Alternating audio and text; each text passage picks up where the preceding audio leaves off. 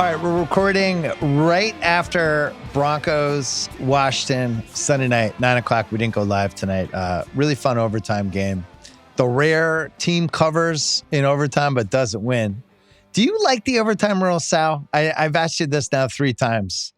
It felt like they let Denver score so they could get the ball back because there's no urgency to stop anybody. It's just like, yeah, run it in. We don't really care. They get the ball back. I don't know. There's something I don't like about it. Well, it's something I don't like either. This is the best we've had it in years. I don't like that the team, I think Tarico said 7 out of the 11 teams that won the coin toss chose to go on defense first. And it's always the same thing. Your defense is exhausted. Remember, you won a Super Bowl like that. You won the coin. You would definitely take the ball. You want to give your defense a few extra minutes, and it almost cost them. I guess it didn't matter, but that's one thing I would do. I don't mind it. I like it. Forced them to go for 2 at the end, right? Because then that was exciting. That gave us an exciting ending. Because otherwise, it's Denver with almost 3 minutes to get down the field to kick a field goal. How about this? No PATs in overtime. Just touchdown, 2-pointers. That's it. Okay. Right. So if Denver scores, they go up 6. They have to go for 2. I think that would have been more fun. That was a big win for Denver because the Pats are big favorites against the Giants tomorrow, although I think both of us probably like the Giants a little bit as an underdog. But assuming the Pats win, we'll be in a 2-way tie for the 1 seed.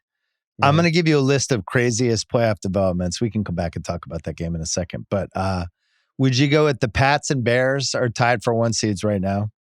Would you go the AFC South is completely wide open with 3 possible playoff teams? The Chiefs are 2 games back for a wild card. Your Cowboys have a chance not only to make the playoffs, but to win the NFC East. What? Or would you go that 7-10 might win the AFC North and somehow the Bengals are still alive? Out of those 5 things, what's the most improbable to you? Bill, they're so close. They really are just so close. I think I'm going to go with the first one. And I think FanDuel agrees with me that the Bears being a number 1 seed, and yet they are 7th in the NFC odds-wise to win the conference. Yeah. So I think I got some backing there. But they're all really freaky. Really, really stupid year. Well, it's funny because that next week, which we'll do guess the lines later, week 14 is incredible. It's like the best slate. It's like huge playoff implications. Some teams that, including the Chiefs, who actually have to win now. They can't fuck around anymore. But there was some good stuff this week. Thursday was great.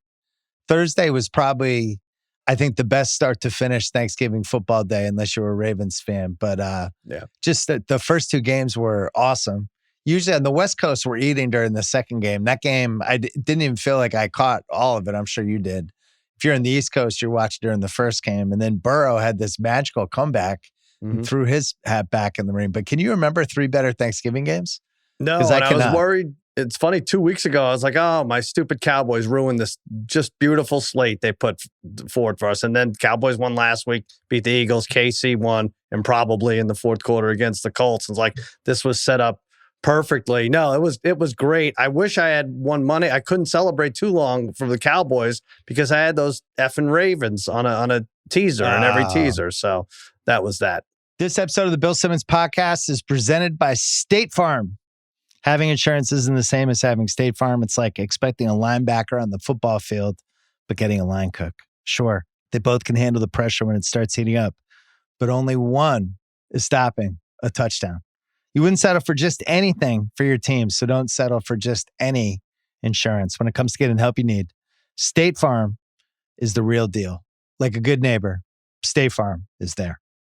Well, we got to do it. We got to talk about it. America wants to know. What is it?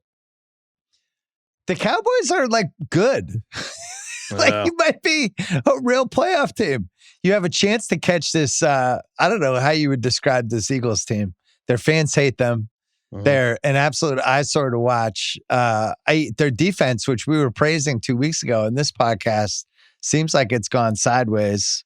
I don't understand what's happening with them at all. There was some good videos over the weekend of just like Jalen Hurts mechanic stuff, quarterback receivers on the wrong pages. They just seem like a mess. I thought they were going to fire their offensive coordinator yesterday. They didn't. But your team, you have 2 of the best 7 receivers in the league. Okay. Yeah. Two of the best 8, two of the best 6, whatever the list is. Both of those guys are on. I mean, Jefferson, I don't know what these guys do anymore. No, it's great. It's very exciting. I wouldn't want to play this offense if I were any other team, right? The defense is coming alive. Quinnen Williams already like 3 times as many pressures as he had with the Jets. So that trade, yes. And yet emotionally, I still am pissed at them that they lost to Arizona. You know, like I'll get over that in like 3 weeks. Yeah. But I'm really pumped about it. It made Thanksgiving fun. The problem is we have another elimination game Thursday against Detroit, right? And maybe for them too. So do I think it's impossible? I think plus 650 to win the division would be the route to take. I don't think it's likely, although I wouldn't mind chasing the team whose fans are calling for Tanner McKee to jump in there for Jalen Hurts, right? I mean, that's a real thing. Yeah, I did wonder at halftime if he just came out for the second half, how the crowd would have reacted, but I don't think they would have been upset. We have 3 9-3 teams in the NFC. We have Philly at 8-4, Green Bay at 8-3-1, San Fran's at 8-4, and then 7-5, 7-5, Tampa, Detroit, 7-6, Carolina. Your team's 6-5-1, 10-6-1. Did you say San Fran was 8? San Fran's 9-4. Sorry, 9-4. Yeah. 10-6-1. Is that what? The 7th seed? Maybe. Or you have to actually win the division, you think? I think I'm looking at San Francisco. They have 9 wins, right? So, and still with the Titans and home for the Bears and Seahawks and at the Colts, I think they get to 11. I think the Seahawks get to 11. They have 9. So then there's one more wild card team. I can see San Francisco losing those last 3 personally. But. Really? So yeah, just 10 and 7 that Cleveland game closely today? I did. I know you had Cleveland. You were very upset with the coach there. What did he do? Well, that was the dumbest thing we saw today and maybe all month and maybe all season. He's a 2-time It's a 10-8 game. Yeah. The weather's horrible. Your offense sucks. You're on your own 33. It's 4th and 1. You have the wind at your back. The wind's about to change in 5 minutes. The Niners have done nothing. They've put together no long drives the whole game. Just fucking punt the ball. Right. Punt the ball. Stay up 2. Your defense is awesome. Make your defense make a play. Try to pin them in their own 15. And they freaking go for it. I did not think they were going to get it. They did not get it because they had to do this new thing, this epidemic that we have now with the tush push, not running it with the quarterback. And it feels like it's a 50% chance it's going to go horribly. How many times does the guy either fumble it or fuck it up or like it just, we went from this play that we were having meetings for to try to figure out we have to stop this, it's ruining football, to now I don't think it's ever going to work. The Eagles finally lost on it on Friday. Anyway, that was the dumbest thing I saw today or this month. That was bad. I almost think, is it a clause in these coaches' contracts where they get fired for punting on 4th and 1, no matter where they are on the field? You had the wind. It was a 25-mile-an-hour wind. Yeah, and your defense allowed, 250 yards. Like, it was definitely a winnable game for sure. It wasn't. Yeah, that was a field position. Let's not fuck around. We should try to win this game 11-10. Yeah, but also San Francisco takes care of. We're talking about their playoff hopes. They kind of just take care of business in those games too. They do. They always get the special teams play, but the Browns, they played all the hits. Gave up a big kick return. Their punt return guy, he muffed one. They had a kick returner after a touchdown, just catch the ball and go out of bounds on his own 6. Haven't seen that all season. So Stefanski, I'm not positive what this guy brings to the table. I know he won Coach of the Year, but I know the Browns fans, it's a very polarizing topic with them. I don't understand anything I watched from that today. But the bigger point is, I know the Niners won convincingly, but I thought the Browns really handed them some stuff. And I think you can move the ball on them. On the 49ers? I thought Purdy was good today. I got to give him credit. I thought he had a good game. But he was nifty. He made some good plays. And they really, look, you can love Shador all you want and hope that he's great, but you're going to know how to play him, right? And so he was throwing underneath a lot. And really the best was him running for 5 yards and sliding on 4th and 26 to end the game. He's like, I'm good. Yeah, got to stay safe for next week. He wasn't a 1st, 2nd, 3rd, or 4th round pick, maybe. Well, if you look at the NFC, you have to grab somebody's spot. So unless you take Philly's spot, Philly's 8-4, and you're a game and a half back. Yeah, well, that's what I'm saying. It's got to be Philly. You would need either Green Bay or San Francisco to crater. Mm-hmm. I mean, the Browns go at Green Bay, home Cleveland, home Green Bay, at San Francisco, home Detroit. The San Francisco. I'm sorry, yeah. the Bears. The Bears. Yeah. So yeah, maybe they could go 1-4 on those, but it feels like they're getting better, not worse. Yeah, I guess statistically, we would have wanted the Eagles to win that game. It would have increased our playoff chances, right? The Bears just staying at 8 wins, but I didn't have it in me to root for the Eagles at all. I don't know. Funny. Some of these teams, while it lasts. It's fine. I get it. Some of these teams getting better as the year goes along because the season is 100 weeks long. Right. The Bears, who were 22nd in DVOA heading into that game and had a bunch of either or wins and just seemed like this year's horseshoe up the ass team, they killed the Eagles. They did. They absolutely bully balled them, ran the ball down their throats. Caleb did not play well, I didn't think, but he had a couple good scrambles and he made one big touchdown pass.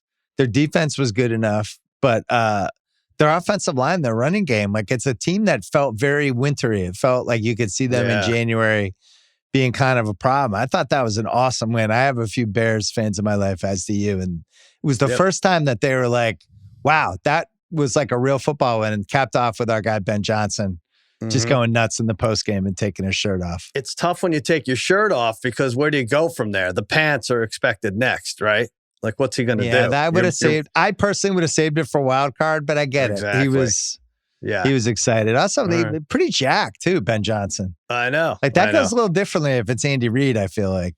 Or I'd love to. Maybe Andy Reid's jacked. Wouldn't that be the most surprising? Add that to your surprising list of playoff tricks. Yeah. You're right. They completely bullied them at the line of scrimmage, especially in the late third, early fourth quarter when you thought the Eagles might be able to get back in it. And then I don't like we said, like Hurts. I don't know what's this guy's legacy. What is he? Like he won 2 Super Bowls for them. He wasn't a Trent Dilfer type where it was just like along for the ride. But you would think that'd be enough to include him in the top 5 quarterbacks. And we never put him in there. It was always been Burrow, Mahomes, Allen, Lamar, right? I don't know what order, but it's very strange how he's going to be remembered. There's like a lack of urgency / personality to their offense.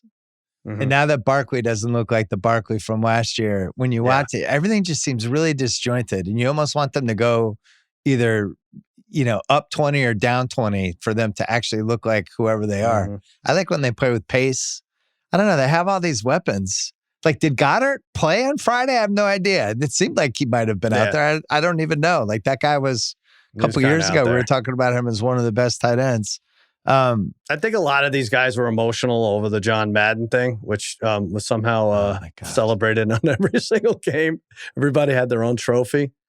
It's good. I mean, you and I loved Madden. Loved them. Yeah. I think we're all good. We're all good.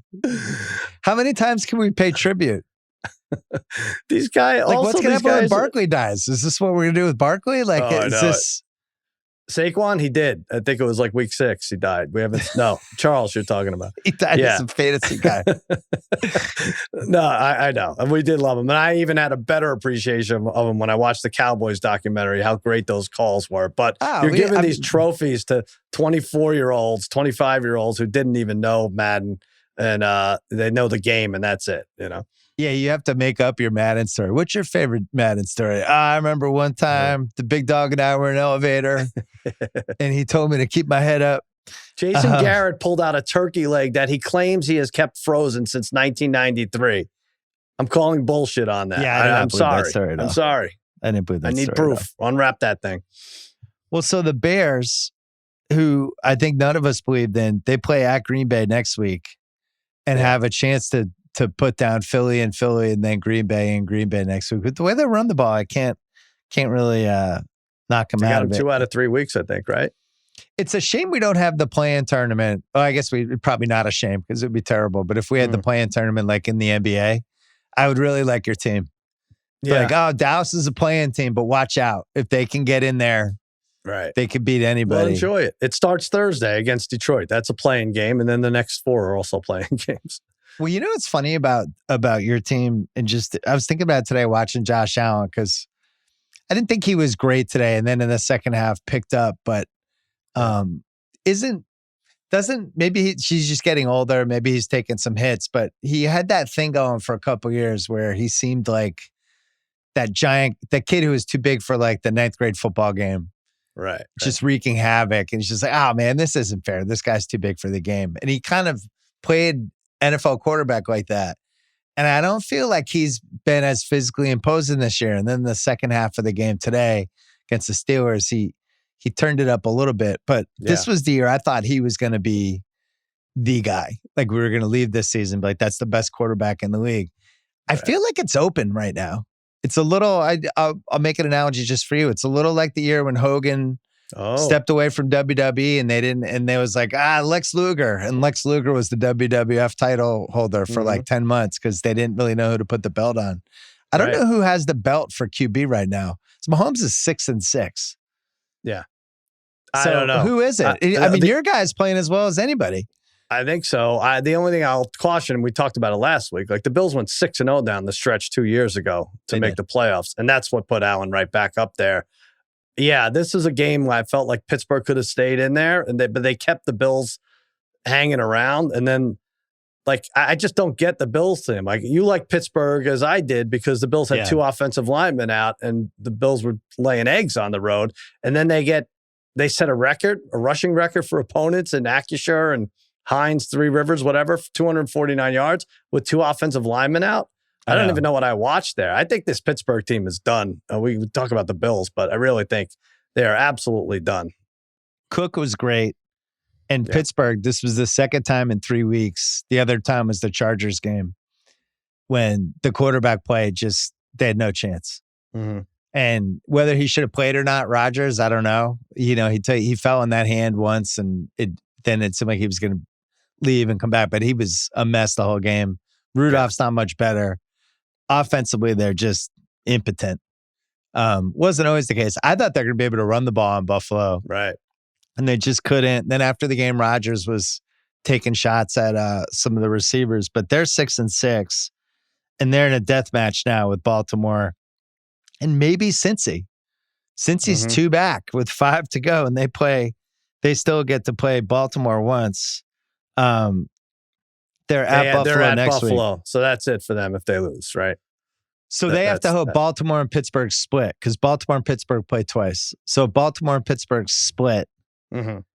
And then both of them go 1-2 in the other 3 games, which I think is really conceivable because Pittsburgh's other 3 are home Miami, at Detroit, at Cleveland. Yeah. Baltimore's at Cincinnati, home New England, at Green Bay. And since he just has to run the slate and they play at Buffalo, home Baltimore, at Miami, home Arizona, home Cleveland, it's doable. Yeah.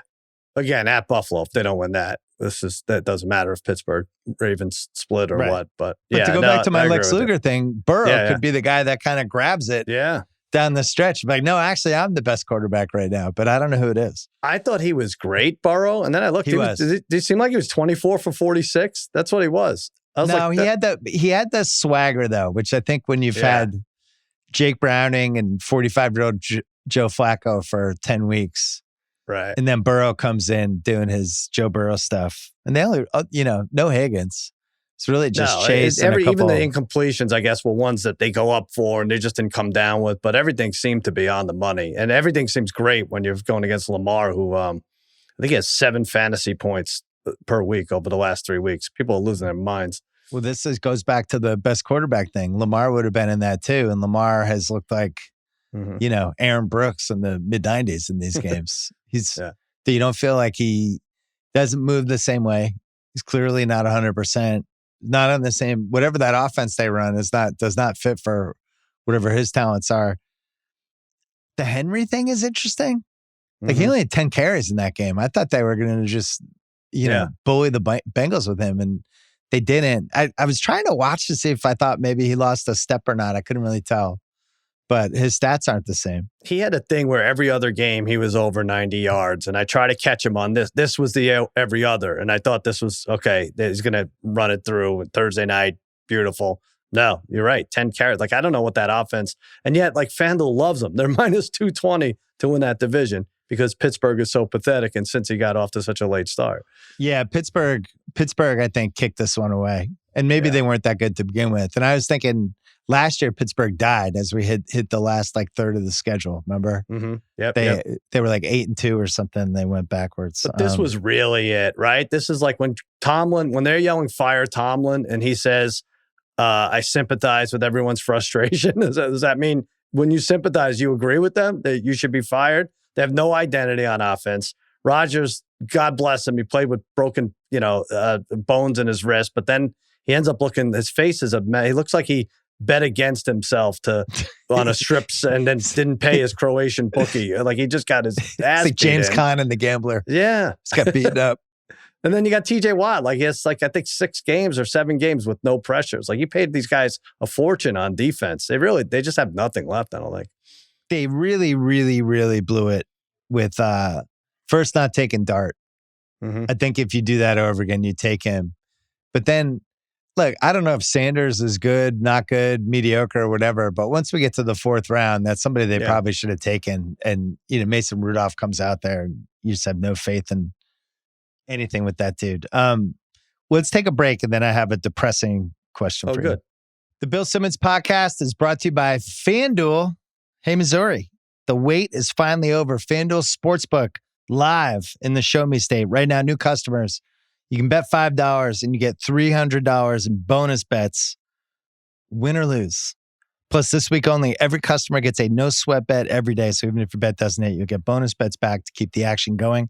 Download FanDuel today or head to FanDuel.com/BS and join the excitement. Missouri, it's time to play your game with FanDuel. 21 plus and present in Missouri. Game problem? Call 1-800-GAMBLER.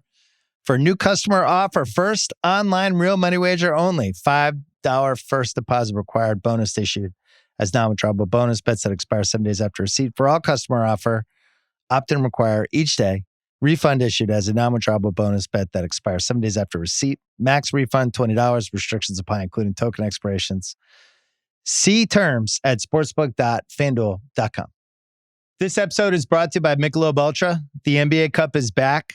It's sure to be thrilling as always. I think the one thing I was like with the NBA Cup, what team is going to come out of nowhere and kind of plant their flag and make us believe in them going forward? Because a big spotlight, national TV, good crowds. Who's going to kind of step up in the playoff atmosphere? The best moments are served cold, just like Michelob ULTRA, or refreshing beer with only 95 calories. Plus, Ultra is also helping you see all the excitement up close and in person with a chance to win courtside tickets. Michelob ULTRA, superior is worth playing for. Enter now at MichelobUltra.com/courtside. Michelob ULTRA Courtside, 25 to 26, no purchase necessary. Open to U.S. residents, 21 plus, begins on October 1st, 2025, ends on June 30th, 2026. Multiple entry periods. See official rules at MichelobUltra.com/courtside for free entry deadlines, prizes, and details. All right, Sal, which fan base should be the most depressed right now? I'm going to give you Steelers fans, Ravens fans, Lions fans, or Chiefs fans. The case for the Steelers is like, this is done. There's like no light at the end of the tunnel. Even if you somehow sneak out the division, what's going to happen? You're going to win multiple playoff games? That's not happening. And then what does your long-term future look like? You don't know who your coach is going to be or your QB. Ravens, you had this first half of the 2020s window with Lamar that felt you didn't even get to a Super Bowl. Right. I don't even know if you want to keep the coach if you're them. You went all in on this Derrick Henry move. Lamar, where is that heading? And did you just miss your window? Lions fans, those last 2 years were your window. You had all these injuries last year. It didn't happen. And now you just moved into the back of the pack. And I don't know if you're leapfrogging. You're probably not even making the playoffs. And then the Chiefs fans, it felt like you were headed for a three-peat. Mahomes was in the GOAT conversation. You're 6-6. You're 2 games behind the last wildcard spot. You might miss the playoffs when your guy was healthy the whole year, which has never happened with Brady ever. Right. When at any point of when he was actually Brady. I know you like throwing that in there. Yeah. Yeah. I'm going to mention that every time. Okay. So who's the most depressed out of those 4? Steelers, Ravens, Lions, Chiefs. This is easy for me. I mean, unless you're like a 25-year-old Steelers fan, you've had history, you've had, I'm going to count that, right? I'm going to count that for the Ravens. You've seen playoff games. The Chiefs, forget it. You've won Super Bowls. If you're saying looking forward, yeah, these teams all kind of might be done, but the Lions, because they never got over the hump. They had the great coach that everybody wanted, Dan Campbell, who I'm not sure is the right fit now anymore. You know, you had the excuse last year where you had like 20 guys on IR, 16 of them were on defense. Oh, our defense is going to be back. They were miserable against the Packers, just miserable. And you got the two fastest guys on the planet, and you can't figure out how to score 30 points a game. You're stuck with like 17 midway through the fourth. Right. So I think that they're a head scratcher of a team. I'm most disappointed in them because I had money on their futures. But yeah, I don't know which one you go with. I mean, the Packers are biting more kneecaps than the Lions. I'll tell you that. The Chiefs fans, at least they can point to the Super Bowls and you could talk yourself in 100 excuses. Right. We had Brady seasons like that where the team didn't have it and you just kind of regroup and retool. Ravens fans is a tough one because you never really had your moment with Lamar in the playoffs. Yeah. You know? It's true. You didn't have one postseason. You're like, well, like even Buffalo, they got close with Allen where Allen actually 13 seconds came. Allen came through with his part and then the defense blew it. They had things to point to where they'd be like, well, yeah, but we didn't win, but we at least had this. The Ravens, it's just like a kick in the nuts every year in the postseason. Yeah. And now it looks like they're going to win the division by going 8-9. I think that's pretty ignominious. But I think I agree with you on the Lions fans because it felt like a week ago they were the next hot team. And now it just feels like it's over. Yeah. And then on top of it, this wonderkind offensive coordinator dude they had, that sometimes those guys leave and then they suck as head coaches, but it actually seems like he's really good. Right. And that was a big part of your success, which there's not a lot of parallels for that, where you had this awesome offense and it was like, well, who gets it? But then you see him in the Bears, like doing this with a quarterback that really only completes 48% of his passes, right? And he's just kind of figured out how to keep them good. I think I'd be the most bummed out if I was a Lions fan. Yeah, I think the worst move Campbell made this year is admitting that he's calling the plays. Like, all right, man, you got the best in the world. You're calling the plays. That should last for more than 1 week. The success rate, and then yeah, you're right. I mean, you lose too many coordinators. That's a problem. But to me, I actually thought the offense. I didn't think Goff was terrible on Thursday. I was disappointed in that defense. They just could not get to him. Yeah. Like it was ballsy moves by LaFleur. Going for it on 4th and 6 and pretending to go for it and then calling a timeout. Like, all right, they're going to kick here. I'm like, oh my God, they are going for it. And then they just put the game away. They're like, we don't care. We're better than you. Yeah, I was really worried about them without Kraft, but you know, they were getting it done. So to make the playoffs, just to put a bow on this, Ravens are still minus 220 to make the playoffs, which you mentioned. KC was even 2 hours ago. Now on FanDuel, it's like plus 104. Right. Detroit's plus 120. And the Steelers are now plus 250. And they were in, I mean, think of the position they were in. What were they, 4-2 or 5-1, whatever they were. And the Ravens were 1-4 with limping around Lamar. Like they had a 3-game lead over them. You and I needed therapy. They were 1-5, and FanDuel had them as a slight underdog. Like, what are we missing here? What is going next on? time we know, just bet on it. Yeah. Then you have the Jags minus 450 to make the playoffs, which I think is insane. I know I looked at their schedule. I know they have wins, but I still don't trust them. Colts minus 300, Texans minus 140, and the Chargers are minus 162. The interesting thing about the Chiefs, I actually think their odds should be a lot worse to make the playoffs. Yeah. Because they lost to Jacksonville, the Chargers, and Buffalo. 3 of the teams that they would, you know, potentially be in like a 2-way tie, 3-way tie, 4-way tie for the 6 seed, 7 seed, whatever. I don't really see a scenario where they make it unless they run the slate. And even if they run the slate, is that even going to be enough? It really might not be. And yeah, like you said, they lose as tiebreakers. I mean, we have so many elimination games next week. We have Detroit, Dallas. We have Houston, KC, which is a night game. Cincinnati will be eliminated if they lose to Buffalo. It's a lot of fun. Then you have all that AFC South mess ahead of you. But I think everyone's afraid to bet against the Chiefs, but they know that plus number is insane for them to make the playoffs at this point. It's the way they're playing. Advanced metrics heading into this week, they were 5th DVOA. Yeah. They're playing 2 of the best defenses in their last 5, Houston and Denver, but both of those are home. Denver might not even care at that point. They'll have the division locked up. They'll only care about 1 versus 2. Then they have at Tennessee, at Vegas, which is 2 easy wins. But you look at their losses, Sal. They've lost to the Chargers, Eagles, Jags, Bills, Broncos, and Cowboys. So 6 like playoff or borderline playoff teams, and they've only beaten Baltimore, Detroit, and Indianapolis. So they're 3-6 against good teams, which and to me is a sign you're not good. And the one-score games too. Complete 180 from last year, where I think they went 11-0 in one-score games. They won. I guess the Colts was a one-score game, but aside from that, just loss after loss after loss. As opposed to Houston, who's 7-5, who didn't have their starting quarterback for 3 weeks at one point. They have 4 losses to the Rams, Tampa, Seattle, and Denver. Not bad. I mean, those are 3 of the 6 best teams in the league, and Tampa. But they have wins against now Baltimore, San Francisco, Jacksonville, Houston, Buffalo, and Indy. So they played 10 playoff teams, basically. And they're 6-4. Yeah. And I thought they had a really good win, which I want to talk about right now with that Indianapolis game that, once again, that D'Amico Ryans, he had another game management thing where they're up 4. And I don't know, the announcers were like, oh, interesting. He's going for it here.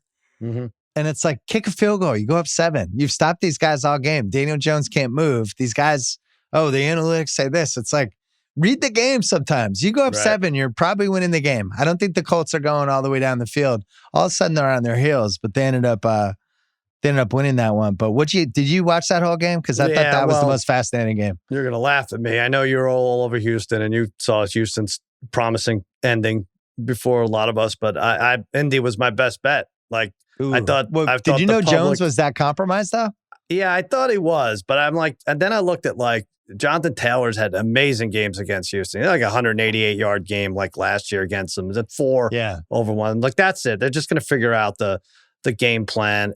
Although I didn't think it would be that Daniel Jones couldn't take off once ever. Yeah, right. I might have gone against it that way. So you had the better team. I got it wrong. Sauce being out early might have made things different. That wasn't great. But, and also it might have been different if the refs recognized what a missed extra point looked like. Our friend Adam Carolla is right. Just extend the post to the moon. Who cares? It's fine. Some laser beam or something. There's got to be some way to improve that. Yeah, so Houston they're definitely not the same without a running quarterback.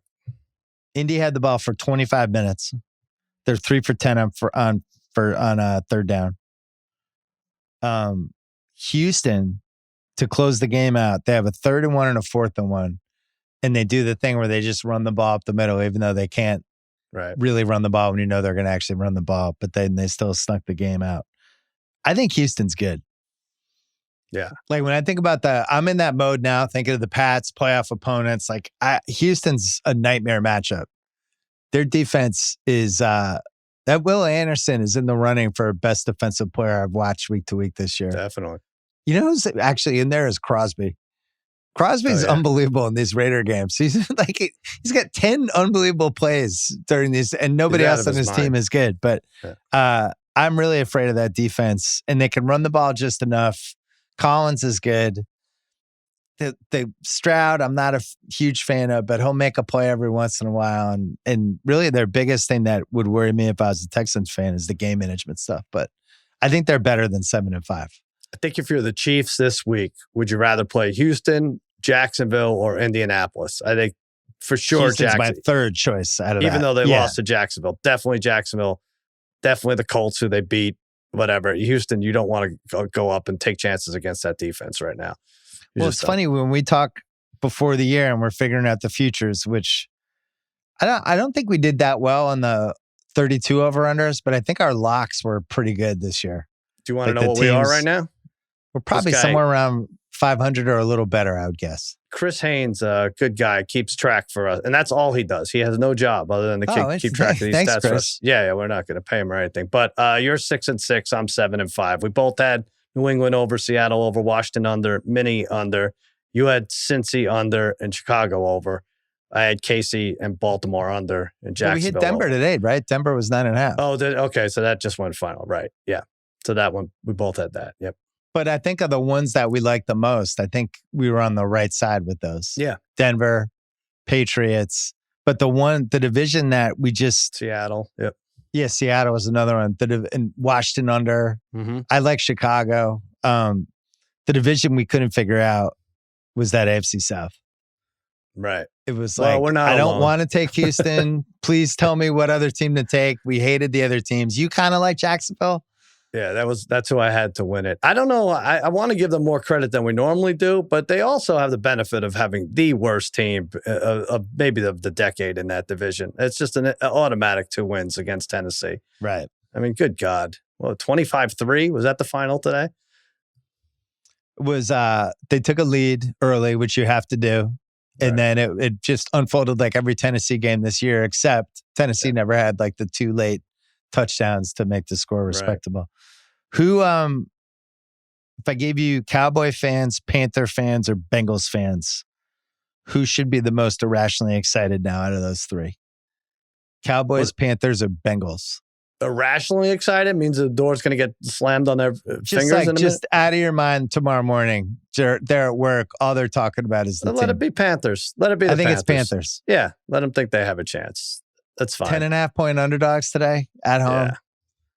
You had the Rams in a couple parlays. Yeah, it's funny. You pointed it out immediately, after the first they fit your pick. Profile.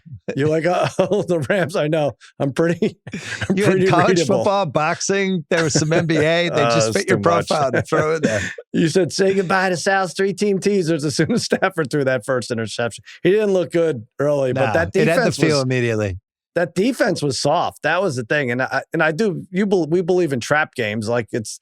Not enough to skip a 3-team teaser with them. But they went from Seattle and Tampa at home, big wins, to going out east. We saw the Chargers do this in Jacksonville. They got smoked. We should look for this. West Coast teams going east. I don't think it's paying off. But Bryce with 3 touchdown passes and like 164 yards rushing. They out-physicaled the Rams. It reminded me of what Chicago did with Philly the other day. Bryce was legitimately solid in that game. Yeah. And he's been up and down, and there's been referendums on him all year on whether they should extend him. Can he actually be the quarterback? They're just the zigzag team. Mm-hmm. They're like, we always talk about 70s heavyweights when we talk about how we think of these teams. They're like the Ken Norton. They might get knocked out. They might knock somebody out. You just don't know. Week to week, I have no idea what to expect with them. You catch them on the right week. They're pounding the ball with the running game. Mm-hmm. Bryce is running around. McMillan looks like that might have been a really good pick for them. Right. I was a little nervous about it, but apparently that was the right one. But they're 7-6. Look at their last 8. It just zigzags. It makes no sense to the wins and losses. It really doesn't. But I say irrationally because they're plus 460 to win the division. I think plus 410 to make the playoffs. Their 4 left are 2 against Tampa, at New Orleans, and versus Seattle. So. You expect them to sweep Tampa? I don't think it's in the cards there. So their best wins, they beat Dallas, Green Bay, and the Rams. Oh, Jesus. They lost to New England, Buffalo, and the Niners. They were 27th at DVOA heading into today. I mean, that was the biggest upside of the season, I think. There were other bigger point spread ones. Like we had like a 13.5. What was the biggest one this year? Who was it? There was a bigger point spread. Buffalo upset. lose to Miami. Buffalo, Miami. I think might have been bigger. But I thought this was the most important upset. It changed the NFC. Like it knocked the Rams down. Now all these teams have a chance for the 1 seed. It kept the NFC South interesting because I assume Tampa is going to beat New Orleans next week. Although Shuck looked good today. Did you see that game? He did. I really didn't see much of it. I bet him to throw an interception. He did. Good in that game. Then I just turned it aside. I know it was a bad beat. I know they had the 2-point conversion run back. That was bad. Carolina just has to stay within a game of Tampa because they play in week 16 and week 18. Yeah. Right. So, and then Tampa has Miami in week 17 at Miami, which is no longer an easy game. Nothing's easy for them. Miami's 5-7 now. They're very weird. Like you almost immediately knew that's how that game was going to go. Like they were going to let Arizona back into it. And I guess the best thing that we could say about him is like Bucky Irving's back, right?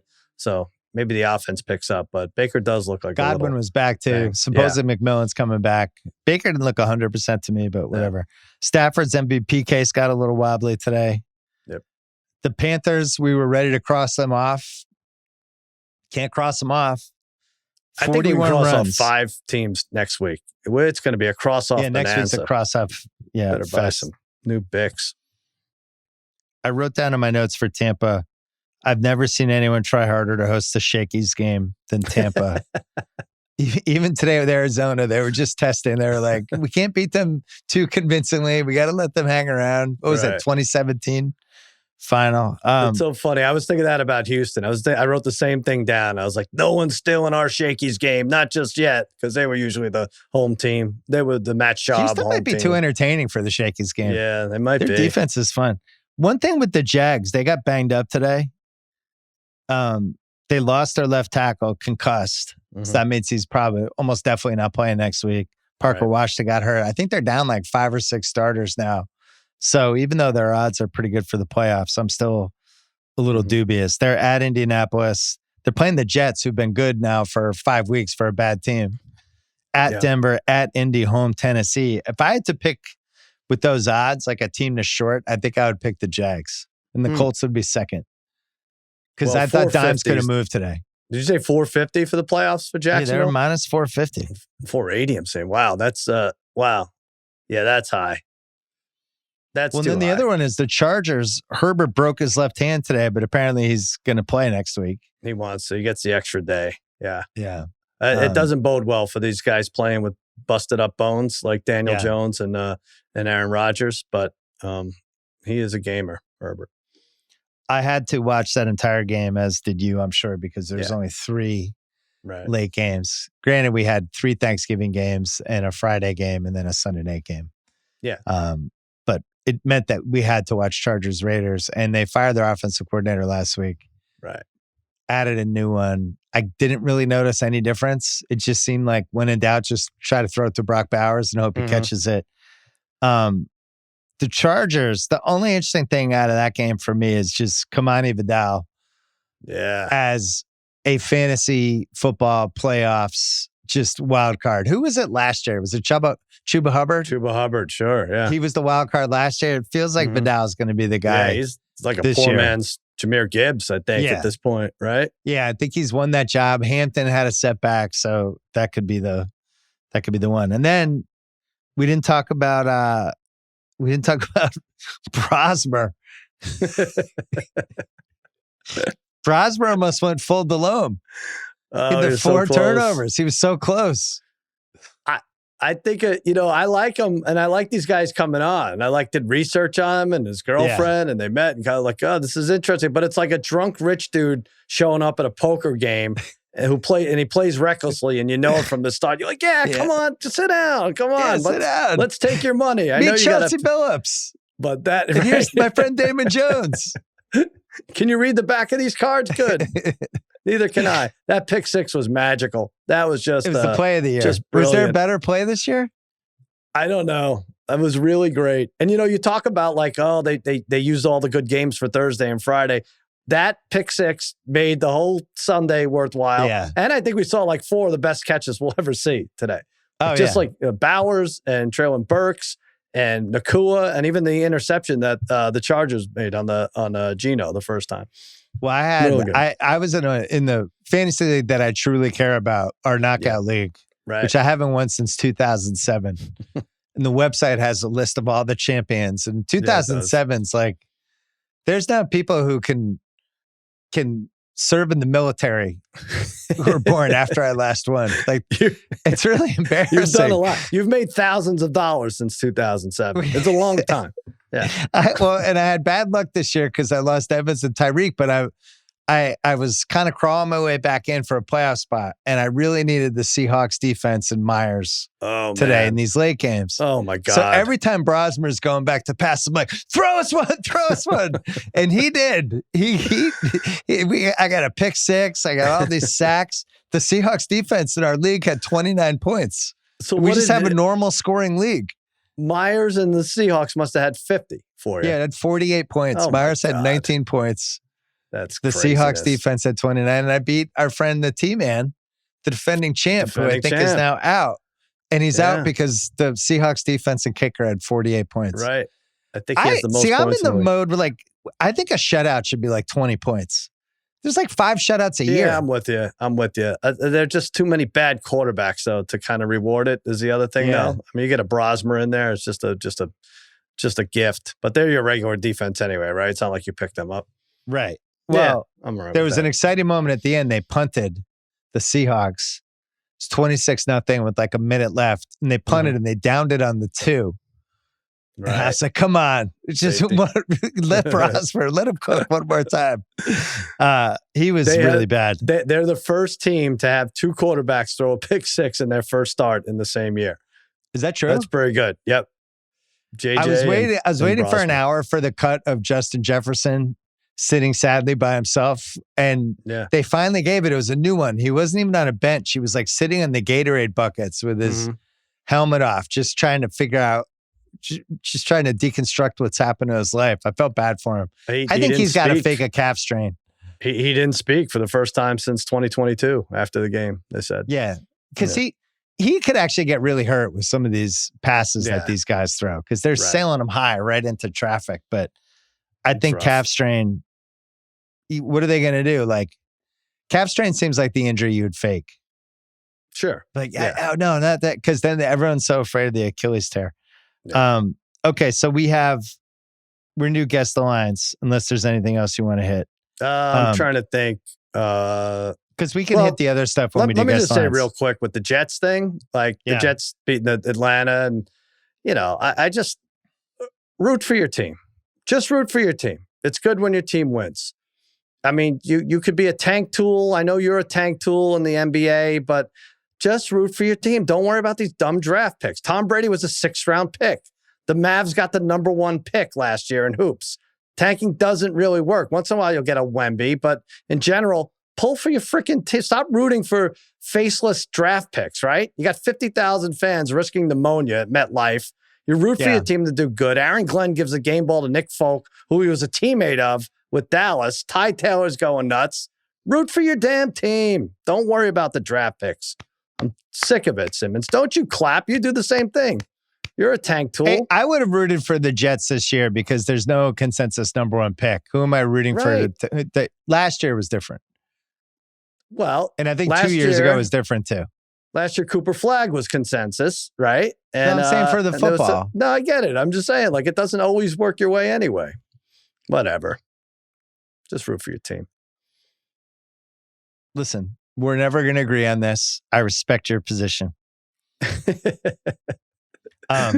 This cellar dweller positioning bullshit. You're a tank tool, Simmons. If you want to tank, I have a suggestion. Hire Raheem Morris.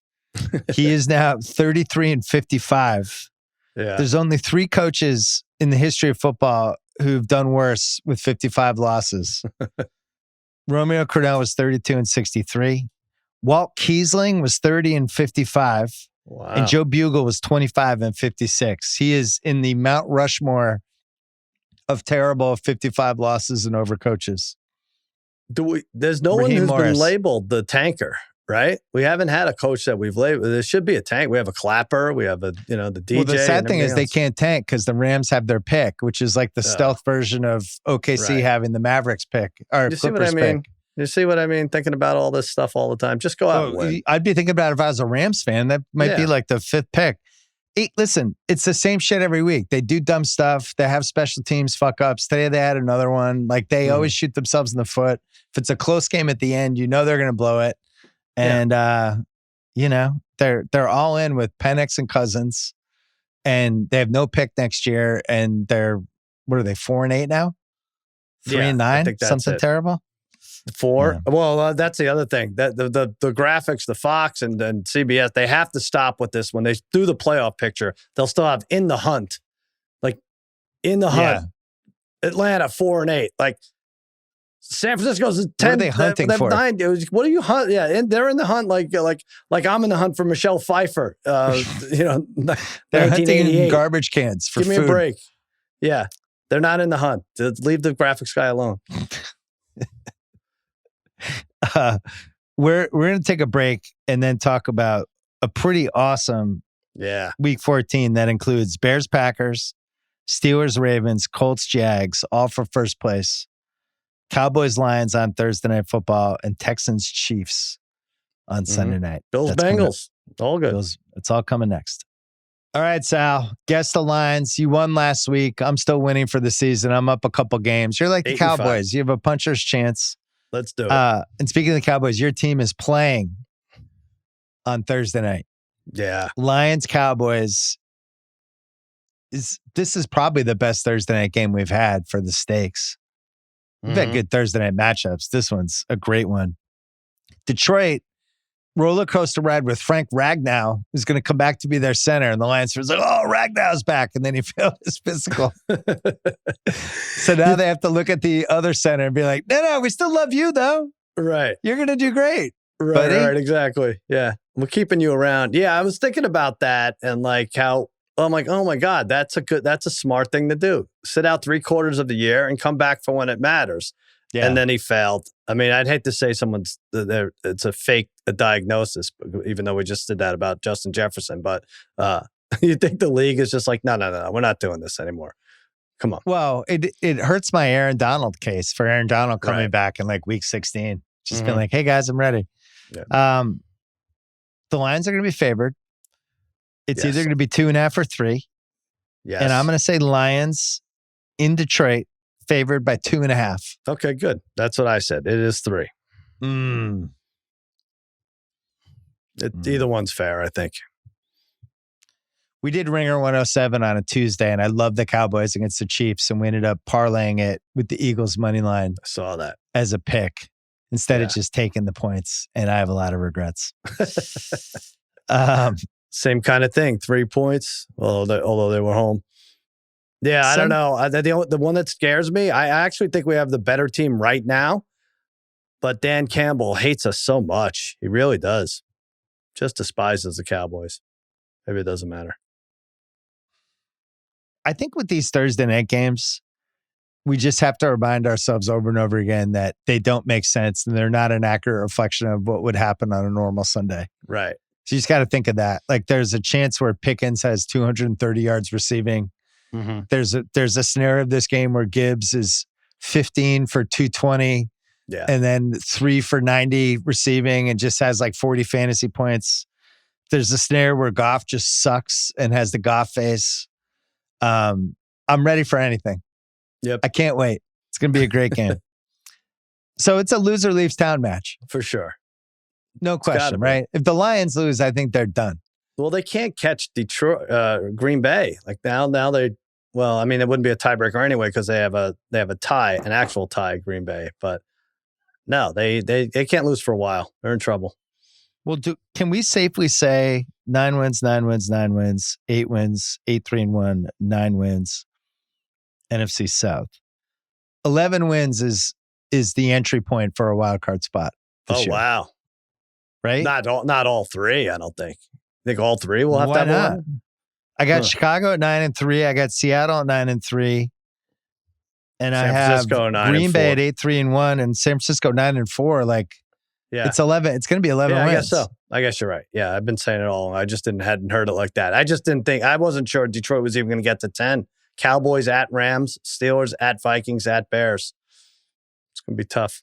Yeah, maybe it's not an official loser leaves town match because 6 losses can still get you there. Sounds better. We'll sell more tickets that way if we call it that. Yeah, true. Maybe we'll make it what was the match after the first match in the trilogy, WWE in the 80s? There's Steel Cage was the third match. First match was normal. And then Texas death match? Yeah. This is like a Texas death match. Yeah. No count out, no disqualification. Anything goes. A lot of rumors that John Cena might be on the BS podcast this week. Is that right? I've never had him. Yeah. It's a rumor. See, I don't know if you would put that out there if it wasn't going to happen. It's heavy rumors. Heavy rumors. Okay. All right. Kayfabe might be. Look at that. Sunday marquee, a lot of good choices. Yeah. But I think it's Packers-Bears for the NFC North. The history of the two teams, the fact that the Bears are actually like kind of beloved in Chicago after that Eagles win. Right. This might be an NFC title game. Who the fuck knows? It's in Lambeau, and I think this is my favorite game. And I'm putting it right in the Vegas zone. It's in Green Bay. I have Packers minus 5.5. Oh, wow. You nailed it. I said 4.5. Also Vegas zone, but it is 5.5. Good job by you. So where does that end? I think that gets to 6. What did the Eagles line do during the week? That ended at 7, right? Did that straight move? 7. Yeah, it went up for a second. Yeah, I think if anything, it goes up. I think it ends up at 6. I have a request for these two teams, and you could join me in this. Can we have a memorable game? Like, this is supposed to be the greatest rivalry in sports, or top 4. I saw a podcast like Al Michaels and Costas were talking about the best rivalries, and yes, this has to be it. I can't remember 2 great games out of it. I know they played 200 times. Costas and Michaels said Packers-Bears was a great rivalry. So there was a famous rivalry. They've had no games. It was the Red Sox-Yankees. I think they agreed on Red Sox-Yankees, Carolina-Duke, Packers-Bears, and what would the other one be? Packers-Bears. I'm spacing on the easy one. The problem is the NFL has it's changes in like half-decade cycles depending on who the quarterbacks are. It's not like when we were kids. Sorry. Yep. Go ahead. But when we were kids, like they were like real rivalries and they never changed. It didn't really matter who the quarterbacks were. Now I feel like it just kind of moves around. What's your favorite Packer-Bear game? I think the Monday night game where the guy jumped out of the stands to catch an extra point was a Packers-Bear game. Otherwise, I have and I know they made it to the NFC Championship once. It was Cutler and he was hurt. Can't be the best rivalry. Rodgers shilling the crowd. I remember that. Right. There was a Brett Favre one. Was that who he played after his dad died? See, I don't even know. It was on the Vikings. I don't know. Yeah, I don't know if it could be best rivalry. It have to be memorable games. It can't just be Army Navy. God bless. I just don't think the Bears have been good enough over the course of the last 50 years. Like 50 years, that's a lot. That's 100 games. When we were kids and we'd only get either 2 or 3 games, like the Bears I never got to see Walter Payton. I'd barely even, unless it was a highlight, I never even knew what he did. No, that's true. He wasn't on TV for 8 years of my life. Yeah. 3 watchables, and they're all good ones. Colts at Jacksonville. Mm-hmm.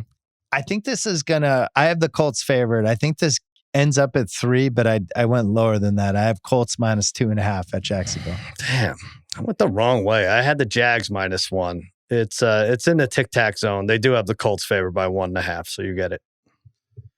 The Jags are banged up. This left tackle, if they're not going to be able to block, I do think the Colts could pressure him. I guess so. We can't bet this, right? I didn't like what I saw from Dimes. Nah, nothing. Just stay away from this. And Lawrence, even when they're playing Tennessee and they're inside the 10, I just feel like he's going to throw a pick. Right. It's like surprising when he completes a touchdown. Is this 2 in a row for the Jags? They're not going to win. They're gonna put a hat trick together. Oh. This has to be one of the biggest home games I've ever had, right? Yeah. Yeah, no doubt. Ravens home for the Steelers. I put this in the Vegas zone. I have the Ravens by 4.5. Okay. I had that too. It is 6.5. Oh.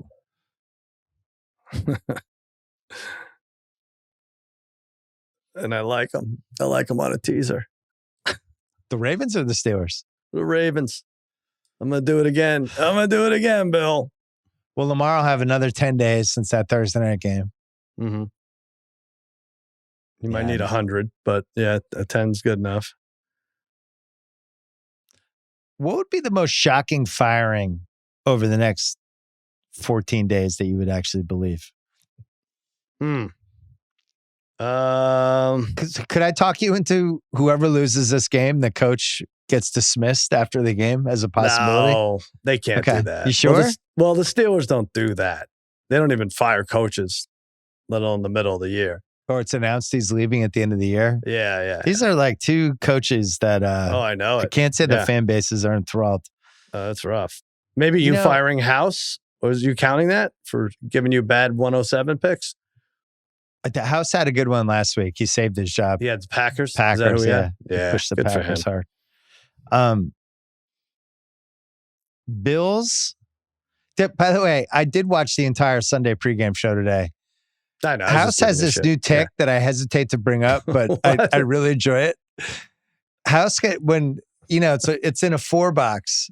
If he gets really excited about a topic somebody else is talking about, he starts like rocking. He starts like doing this in his seat. Like he can't wait to talk. He's like a little kid. I really enjoyed the Sunday pregame show. Available on 29 FanDuel channels across America. Well, plus, that's just for crying out loud. The Ringer YouTube show. We gave out winners left and right. Yeah. No, that's not a tick. That's we had him sit on a custom-made toilet. He's still unloading from Thanksgiving. He's going to the bathroom. I didn't realize. It's Thanksgiving. It's rough. It's a rough weekend. It's great. You think like playing poker with House, he gets a card he likes, he just starts like moving around in his chair. This is a great game. I almost put this in the Sunday marquee. Bills Bengals. Yeah. In Buffalo. And Joe Burrow, it's just great to have him back. We needed all the fun quarterbacks we could get. I put this in the Vegas zone. Bills minus 5.5. Oh, come on. I wanted to steal this from you. I had 5.5 also. That's what it is. Oh. It's exactly 5.5. So we have 2 Vegas zone games already. You think that's too high? There's no way you would take the Bills under any circumstances. I would probably do a version of what I did with the Texans today. The Bengals tease up over the double-digit number to 11.5. Right. 10.5, somewhere in there, and then move the over down because I think this game will have points. I don't think you can make the over high enough for this game. They look so good, Cincinnati. They looked really good. They had it all together. I thought 5 turnovers. I thought he was moving great. Yeah. Because I thought there would be like a little, he can't. Didn't matter. Whatever they shot him up with, kudos to the doctor.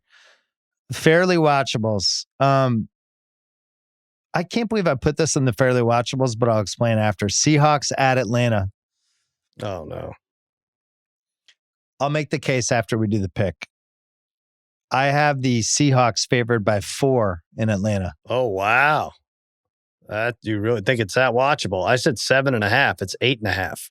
Oh, okay. Let me make sure. Yeah, 8.5. Man. I was watchable? Either dead on or within a half point, and then I missed that one by 4.5 points. I thought it was watchable. Seahawks defense against Kirk Cousins. I see. Oh, yeah. Are you going to win your last regular season fantasy game of the year? Walking away. I'm just excited for that matchup for a variety of reasons. I said this morning the Falcons should win a Lifetime Achievement Award for fishy lines. Just give it to them. Every single doesn't matter. Give if it's them an Cousins, actual fishing rod. Penix, yeah, you're right. Desmond Ridder, who cares? This has trap game written all over it. Yeah. Next one, fairly watchable, is Bucs Saints. The only reason I say this is because I think the Saints are like pretty watchable as a bad team. Mm-hmm. They can move the ball. I don't mind watching the Saints. I have this exact. So I have the Bucs by 8.5 over the Saints in Tampa. It's 7.5. I had that. All right, we're tied. 7.5, a little low. And then Rams Cardinals, fairly watchable. I don't understand the Brissett thing. He was so terrible for the Patriots last year. Like, he was really awful. And now you watch him and he's pretty confident. And then I remembered that our offensive line was like an F minus. Right. So maybe if he has like a decent offensive line, it's okay. He found a home. Wilson's good. McBride's great, right? Yeah. Like he's like a all-pro. Harrison, I don't know, not completely sold on his work ethic. I think he had another injury today, but he'll be good too. Rams in Arizona. I have them favored by 8.5. All right, I got this. It is, oh no, we split it. I had 8. It's 7.5. I get it. You get it. Yeah. Fuck. Good. Poop Fecta. You see so many teasers going through your head that you don't want to talk about right now. But we have a couple teams on bye, by the way, if you're wondering. Yeah. The listeners 4 wondering teams. why, including my team. Poop Fecta, Browns, Titans in Cleveland. This is awful, and I can't wait to bet on it. I have Browns in the Vegas zone, minus 5.5. No. I said 3, and it's 3.5. Oh, that's too low. You think so? Yeah, I think the Browns defense is good. They just can't fall behind. Once they're behind by like 10, the game's over. You don't think there's any pride, like Cam Ward, like F all these people who were putting Shador ahead of me. I was the first pick. I mean, he was the first pick. Yeah. I'm going to show him why, kind of thing. They do suck, though. They are so bad. Vikings home for the Washington Commanders. I would have said 3 7 hours ago, but I'm dropping that to 2.5. Minnesota favored. Oh, I said Washington by 1. I think it's Washington by 1.5. Let's see. Oh, yeah. I mean, I think. Wow, I went in a tailspin. He should be back, Jaden Daniels, right? Really? Wasn't it going to be close to this week? Why are you bringing him back when you're 3-9? Sit his ass down. Listen, I like the way they played. I need them to win. Perfect loss today. It's the Cowboys. Like, they played gutty. They played the Eagles twice, so I need them to be tough.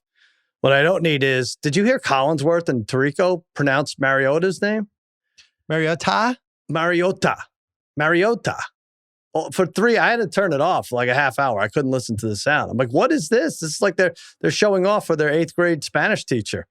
He's been Mariota for 12 years in college and everything. Mariota. And then sometimes they'd catch themselves and they'd go back to however everyone else says it. I didn't understand it at all. I was trying to ignore it, but then they kept doing it. Yeah. So it's Washington favored by 1.5 in Minnesota. Right.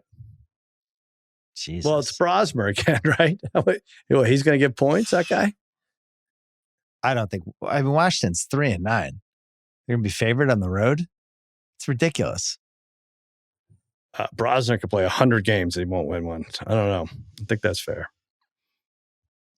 Would you make of the inverted Bo Nix performance today, where instead of being bad instead of being the boot and rally Bo, he actually sucked you into thinking he was going to be good for all 3 hours, and then all of a sudden was booting in the fourth quarter, but then rallied in the OT.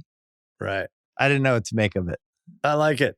I mean, I think I had Washington as an upset, and I took the points, so that was was going to be a miserable way to lose. But he threw his interception. He got it out there, right? What was that, third quarter? Yeah. When he threw it right to the guy on the other team? Yeah. But, we needed our friend Hench to win this week to stay alive. And he had no targets with, what's his name? Can't forget. 14. You got knocked out of our guillotine league. I know. I got knocked out. Stinks. So now there's only 4 left, right? You made the final 4 left. Lewis has $10 left. I have $4 left. The other 2 teams have $0 left. So Lewis can just cherry pick. He can go, JSN. I guess, $5 on JSN. So he gets him. So he could basically get the top 2 guys you have. Just shoot his wad. Try to do it that way. I love the guillotine. It's the best. I'm going to miss it. I wonder if there's a 3-week guillotine. 90% of it.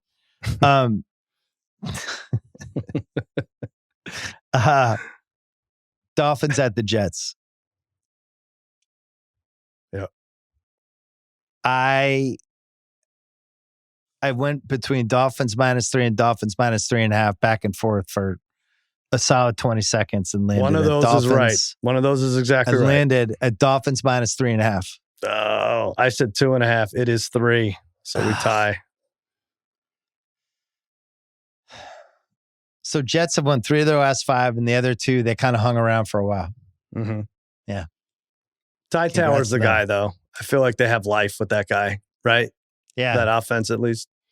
It fools you on the small TV when you're not really concentrating. You're like, man, Fields looks pretty good because you can't really see the numbers. And then it's like, that's Ty Taylor. Yeah, no, they're moving too fast down the field for it to be Fields. Oh, that pass actually went to his receiver.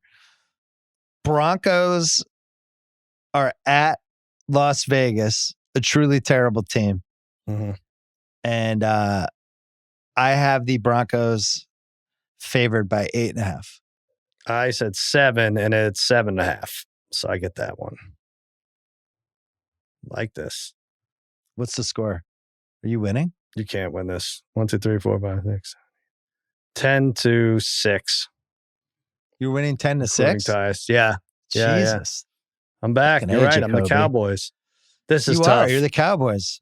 I wouldn't take Denver. This is the 10-7 game, right? From a few Thursdays ago. It's going to be really hard not to throw the Broncos money line into 5 different bets. And they'll have fans and everything else. Yeah. Stupid. Sunday night, Chiefs home for the Texans. Dare I say, a must-win game for the Chiefs. Great game. And maybe also for the Texans. I mean, this really might be the loser leaves town match. Mm-hmm. I don't think either team can lose this. I think it is. I think this is that night. We're going live after this. Yeah, we're going live. Next week, we'll go live on YouTube. I have Chiefs -3. You're going to get it. I said 4. It was 4.5. It went to 3.5. Well, I guess we split it. We split that? We split it. Doesn't matter. Monday night. I think that's a really bad. Yeah. That's a bad spot for the Chiefs. I don't like that defense. They all are. That defense against just hitting the shit out of Kelsey, coming at Mahomes. I don't like. Plus, they can't really run the ball. I don't like that spot. I mean, I'm sure they'd probably rather play almost every other team, honestly. Monday night, Eagles, Chargers in Los Angeles. 60% Philly fans there. Although, if you're a Philly fan who lives in LA, would you even want to go to that game? I guess you want to be around other unhappy people. I don't know. Yeah, you just want to yell at your own team. Yeah, you have to. Start a couple fights in the concourse after.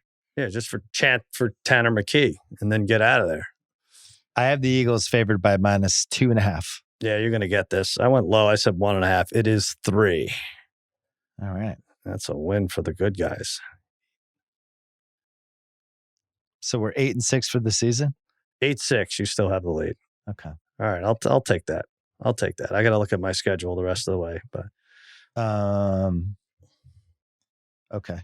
What a game. 7 great games. 7 meaningful and important and playoff-worthy games out of the 14. Pretty good. Today's Parent Corner is presented by Uber Eats. Uber Eats that I used twice today. Let's be real. Wouldn't it be game day without a spread of your favorite foods? Pizza, burgers, burritos, you name it. Uber Eats is here to deliver it to you all season long. Or in my case today, nice salad with a bunch of vegetables in it. I got my own salad. We custom made our salads. That was really good. Yeah. You could eat that in the sauna? No, I didn't eat the salad in the sauna. Oh, all right. Yeah. Did wear my t-shirt in the sauna today. What do you have for Parent Someone Corner? was asking me why you wear the t-shirt. It's one thing if you want to wipe your face with the t-shirt, if it's okay, you like the way the cloth feels, but why are you wearing it in the sauna?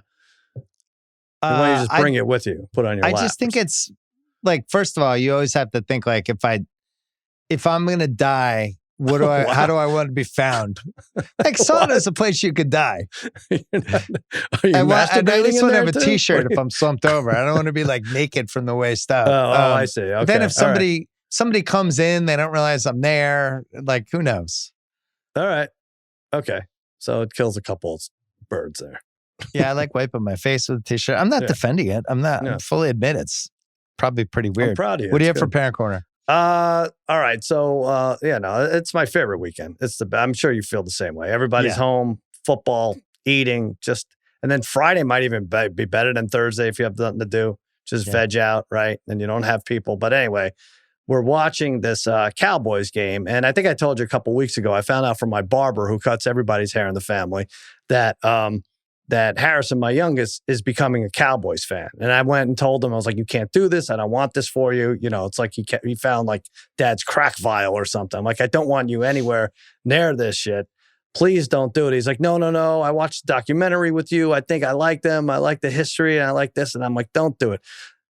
Fast forward to Thanksgiving, Chiefs, Cowboys. We're sitting down. He's rooting for Dallas. First touchdown, Rashid Rice, and he cheers. And I was like, what the hell is that about? And he's like, well, I have him on my fantasy team. I'm like, you're out. That's it. You can't do that. You're not doing that. He's like, what? I need this. I'm 6-6 or whatever. I have to, I don't care. You don't root. You at least don't audibly root for the other team. And Archie's yelling at him. He's like, what are you, crazy? You don't ever do that. Like, it almost spoiled like Thanksgiving. And Jack's laughing because his Steelers don't play until Sunday, and he thinks this is all ridiculous anyway. So that was the so your first kids thing. were deliberately defying you to try to get a reaction out of you on your favorite day of the year. I'd finally allowed him to be a Cowboys fan against my better judgment or any judgment. And then he does this where he's rooting for Rashee Rice. I'm like, you got to stop this. This is stuff. But this is fantasy. This is the most important thing for kids. Like it just is. That's where we are in life. Real quick, my fourth son, our friend Brad, stays with me Thanksgiving weekend.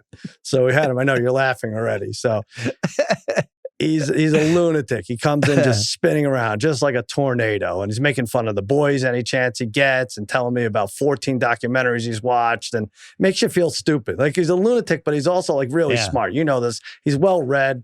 You know, he's like, what about that LA Times article? You think they're going to lock up that sheriff? I'm like, I don't know. And he'll tell you like 20 things about him. Like, so anyway, he loves ribs, right? So I found this upscale barbecue restaurant in the neighborhood, but you kind of have to dress up. So I gave him like clothes he could wear. And my sons Harrison and Jack come with us. And I go in there, and I was like, hey, this is like, this is kind of a nice place. He's like, all right. And he's giving himself a pep talk as he's entering the place. He's like saying, walk like a human being, walk like a human being, walk like a human being. He's like repeating it. And the maitre d's like, welcome, sir. I'm like, so I was like, I just have to sit him down. I have to sit him down in a booth, and he can't be on the outside. He's got to be on the inside. Right. I have it all planned in my head, right? Because you have to trap him. Yes, exactly. You have to kind of trap him in there. It's like a caged animal. So he's got the onion strings. He's got about 4,500 calories in his beard before the entrees even hit. And then come the ribs. And just a few minutes in, it looks like he was dunked headfirst into a vat of Sweet Baby Ray's barbecue sauce, just turned upside down and jumped in. So at one point, he decides he has to go to the bathroom. He goes to clean up. Oh, and he walks to the bathroom, and we're watching him, and the kids are shaking their heads, and he slips on nothing and runs his whole barbecue hand on the wall, which now resembles a crime scene. It looks like there's just blood everywhere, and he's embarrassed. And I'm not making this up. And he runs into the women's bathroom. Luckily, he figured it out right away. A lot of times he doesn't. And then he came out. And so that's the end of this. Like, I had to way overtip the wait staff. And then I sent them home today at an Uber at the end of the 1:00 games. And I guess there was an incident. I have to look into this now. There was an incident with the Uber driver when I sent them home. Yeah, the guy wouldn't go around the construction, and Brad was telling him. So I wish you could bet on FanDuel how many points my Uber rating would go down when I put Brad in a sedan for an hour. But I'm saying at least 2.5 points. So that's your second time this year where he's hurt your Uber rating. Yeah, I know. I'll never learn. We just never learn. Anyway, that's so it's like in the horror movie when the detective comes the next day and they're looking for blood splatter on the wall, and they see a handprint. He slipped on nothing. It's going all the way down the wall. Like, what is this? Wow. I mean, circus clown. Honestly, that sounds like you got away pretty okay from I guess so. a night out with Brad at an upscale barbecue dinner. Yeah, that's true. We had, Thanksgiving. I'm going to tell a story about my son, Murph, my 5-year-old dog. Oh, yeah. Thanksgiving, biggest day of the year for him.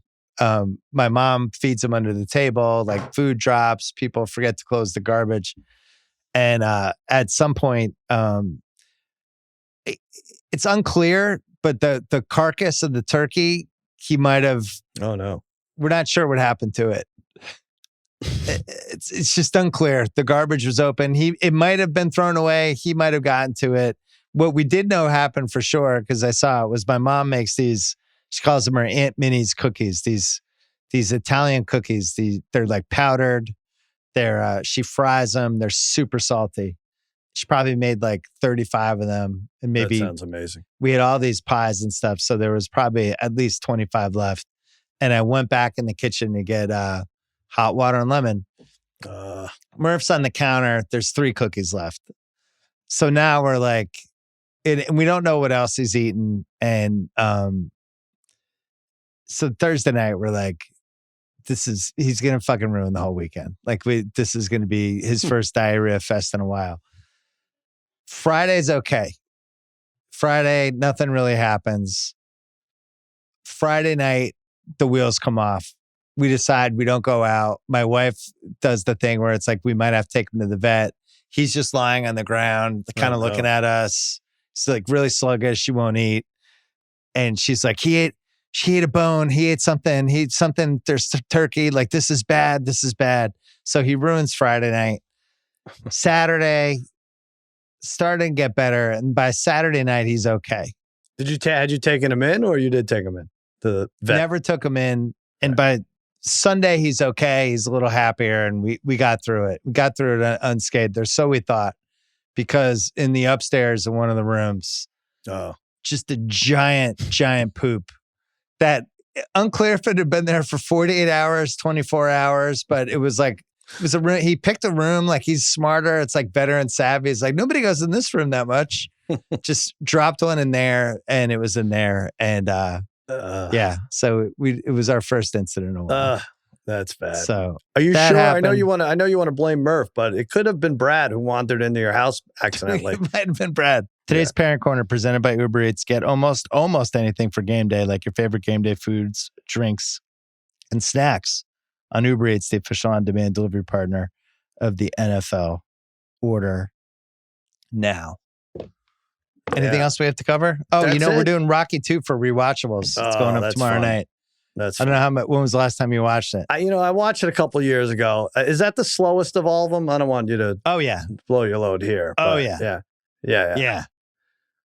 I don't know if the point was to put us in a coma at the same time Adrian was in it, but it's a very long coma. Really enjoyable though. I've watched it twice in the past 5 days. Yeah. Really good. And somehow the worst of the first 4, but really, really good. So can't wait to take that one. There you go. Yeah. Stallone, go ahead. Multiple scenes where he's just reading a book to Adrian. and like in the Stallone voice. And they're deleted scenes that weren't deleted. They're just in the actual movie. It wasn't even in the movie. It was like during lunch hour. And they're like, let's roll on this. Just pretend. This will be funny. Ringer Gambling Show. It's greatest. Check it out on YouTube and the FanDuel Sports Network. It's me and Tate and House and the Bundo and Heifetz Tuesday, Wednesday, Friday. And then the Ringer pregame show on Sunday. Lots of fun. All right, great. We're taking a break. We're keeping the podcast going because I got Van Lathan and Todd McShay to talk about this crazy Lane Kiffin story, which I guess wasn't that crazy since most people thought he was can't be, I think I'm supposed to be outraged, but I'm not. I don't know. It's kind of what college sports is these days. It's right? fine. Yeah. Like Kentucky paid their coach $37 million to go away. Kentucky gives a shit. What are they doing? That's just how it is. All right. We'll pass that point along to the next segment. Sal, good job by you. Good job by you, buddy. All right. I can't remember many times on a Sunday night podcast with Cousin Sal that we had to veer off and cover another sport. But this college football story that happened with Ole Miss and LSU, we had to bring in Todd McShay and Van Lathan, a giant LSU fan. We'll start with Todd. You saw this coming for a while. You talked about it in your pod, but this still felt like one of the craziest weekends we've had in college football, just with a coach switching teams, the whole thing. I don't remember this much of a circus. Is there another example? I mean, I guess Brian Kelly's the closest thing, right? Back in 2021, where they were headed towards the playoff. They wound up, and that was only a 14 playoff back then. They were heading towards it. I think they were like 11-1 or 10-1 at the time when Marcus Freeman stepped in as the interim and became the full-time coach. So kind of similar in a lot of ways. The defensive coach becomes the full-time coach, and someone leaving in a playoff run to go to LSU. So there are definitely some similarities there. But I remember at the time, it was unprecedented. I mean, you had to go to comparisons in other sports, or at least maybe in the NFL, to try to get something that was an apt comp, you know? So it's Van's team. So it's just LSU is the one that does this. That throws the sport out. And then the last time they did it, they still have like 5.5 years and $54 million to pay off. So, but this is different, man. Like from the family quote when he walked into the basketball arena with Brian Kelly to some of the recruiting early on, and then the stories that started to surface, it was just never a fit with Brian Kelly.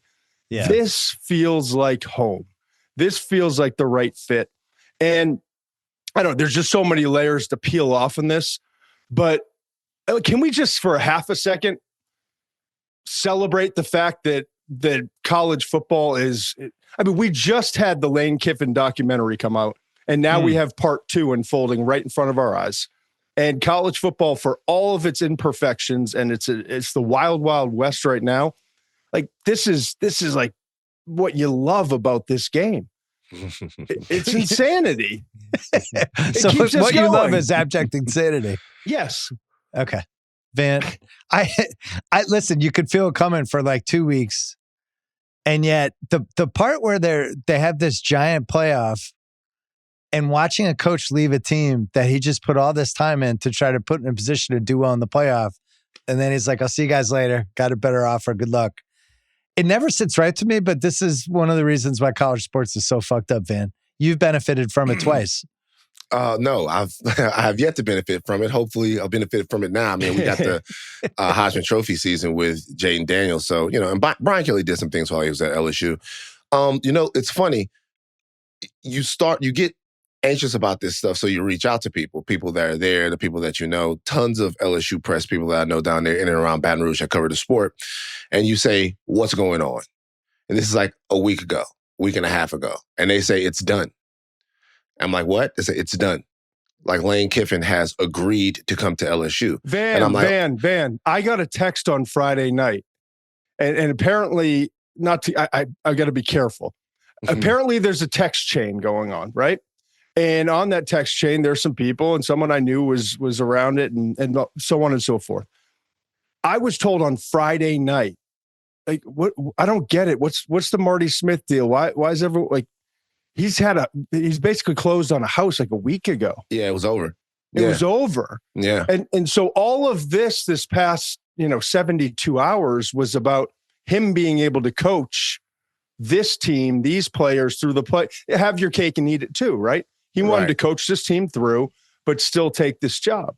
And we could get into Kevin Carter and the AD and all that other stuff, but it's shocking to me, as you're alluding to, that the people like poor Marty Smith, man, he was held hostage in the facilities there. This was his Walter Cronkite moment, though. Like, this was his moment to go down there with the slicker on while the Hurricanes in the back and do real news coverage. The thing was, even though people were saying that it was over, it was done, they were still very hesitant to talk about it because of the nature of Lane Kiffin. They were like, we don't know whether or not he is going to hold to the fact that he has already agreed to a contract with LSU. They were waiting for the Egg Bowl. If Ole Miss, can I tell you something too, Van? They were waiting for the Iron Bowl. Like, people weren't sure if he was going to stick to his word on it. The same people that told me Friday night that it's done and he's got a place basically, and everyone in his circle knows that he's going to LSU. Same people were telling me, you watch, it will not be announced, it will not be official till after that Alabama game. Right. Because of that, because the job he wants more than any other job. Watch the hand motions, and I've known Lane for over 20 years. I'm buds with Lane. We communicate. But if you just watch, as much as he butted heads with Nick at Alabama, he and Saban have a bond and a mutual respect for one another, even though they drove each other crazy. That was the job he wanted.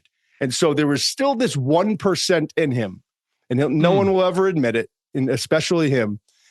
And by the way, we have Scott Boras right now. We have, to me, like, when you look at the situation with Jimmy Sexton in college football, David he is the Falk. David Falk, Scott Boras, Jimmy Sexton's control. Even more so, he has 14 out of the 16 SEC coaches. He is the Lord of college football. Yes. And he's messing around with Penn State right now. We can get to that later or another time. But he's messing around with Penn State right now because Penn State let go one of his guys, James Franklin, in a manner that he didn't appreciate. And so now they're kind of sitting back, and every time they go try to hire a coach or get serious with the coach, that coach who's represented by Sexton winds up with an extension or winds up going to maybe UCLA or, so it's fascinating to see. But I truly believe there was a small percentage of Lane that was like, yep, I'm going to LSU. It's done. But what happens if Auburn beats Alabama? Because that thing could fall apart in a hurry with Kalen DeBoer. Yeah, see, Van, you're basically I'm trying to think of the Hollywood relationship parallel. Oh, I got a bunch of them. Like Lori Harvey, if you know who she is. If you date Lori Harvey for a little while, you fall in love, but you know that she's going to go looking for someone else, be it Warren Beatty. Yeah. There are a bunch of them. There's so many. But here's the thing, though. Here's the deal. This is the deal. With any of these people, any of these relationships, the true measure of it is not the length of it. The true measure of it is what you got out of it. Mm-hmm. What did you get out of it? When you were, the time that you were in the sun, dating Madonna, the time that you were in the sun, dating Warren Beatty, dating Rihanna, dating Lori Harvey, did your star go up? Did you win a couple of championships? Because that person is leaving. No one thinks that this is a marriage. This is a long-term courtship between us and Lane Kiffin. What will we get out of the time that we are together? That's how you have to look at that if you're an LSU fan. And Ole Miss people don't want to hear this, okay? I love Oxford. It's one of my favorite stops on the college football tour. I think it's a beautiful, magical place. I love Archie. I'll give you a couple more before I love Archie. I love the people there. I love the tailgating, all of it. But Lane outgrew Oxford.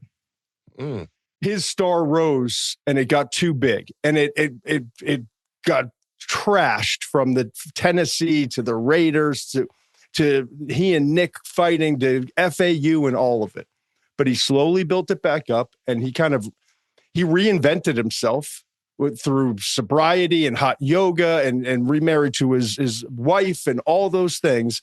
And he now knows he's in a place personally where he can go and make a run at being one of the greats. And he took Ole Miss. You got to remember, this 11-win season during the regular season at Ole Miss is the best season in the school's history. They've ever had, yeah. That they've ever had. 11-win season at LSU is like, okay, really good, but what's the payoff now? So, and with that expectation comes support, comes a foundation that Ole Miss just doesn't have. And so I understand it from Lane's perspective. It's just the timing sucks. And honestly, it's college football's calendar that's created all this, because you can't wait another month with recruiting, with the NIL, with transfer portal and everything going on. The calendar's so twisted that you have to make decisions like this at the least opportunistic time to do so. When you say foundation, are you saying they just don't have the same NIL war chest? Or they don't have the prestige? Like what is missing with the Ole Miss foundation that LSU has? I think part of it's prestige. I think part of it is Ole Miss has come up with a war chest that's I mean they've Growth been collective. Yes, and they had the right people in place that were helping Lane get the players that he wanted, and it was maxed out there. So if Lane's able to go to LSU and take the money that he had and maybe a little bit more money and the aggressive people around him to help support him, he can become at LSU what Nick was at Alabama. I'm not saying that many championships, but that in his mind, I can go to LSU and make a serious run now that I'm in a place personally where I'm seeing things clearer than I ever have before. I'm healthier. I'm like committed. Everything's in a row. I can now go there and chase what Nick created at Alabama. And that absolutely is his mindset. And more talent in Louisiana, right, Van? I'll say this. A couple of things. Number one, along with this, LSU has made a commitment to the NIL and to have $20-25 million a year for him to go out and get the players, right? So he's going to be competitive as far as that's concerned, competitive with most programs in the country. Secondly is this, per capita, I think Louisiana is second or third in terms of players in the NFL right now. It's a very fertile state for that. And there's not another SEC school in the state. Now, Mississippi is third, but there's a big gap between second and third. Like Louisiana and Georgia are real close, and then Mississippi is third, but there's a gap between Mississippi and Louisiana. And then you have another SEC school in Mississippi. So whereas at Ole Miss, Lane is going to have to dip into the transfer portal every now and again to get players and hope that those players hit. If he can successfully build a wall around Louisiana, he can go out and have the best, most talented athletic teams in the country every single year. Top 5 schools, top 5 classes every year. The first thing that he did when he got in town was he met with Lamar Brown, the number 1 player in the class, was already committed to LSU, who goes to U High. U High is on LSU's campus. It's on the campus of the school, right? And the number 1 player in the state, in the country, is at that school. So there are advantages that exist at LSU that he wouldn't have had at Ole Miss. I'll say this about Lane Kiffin, though. Lane Kiffin needs to prove that he's a championship coach. Everyone knows that he's a good coach. He's a talented coach. He can see ball. He can call ball. He can build programs. But the reality is, now with the resources that he has, with as many places as he's been, it's time for him to prove that he can win championships the head guy. As the head guy. Not as the guy that's calling your plays, as the head guy.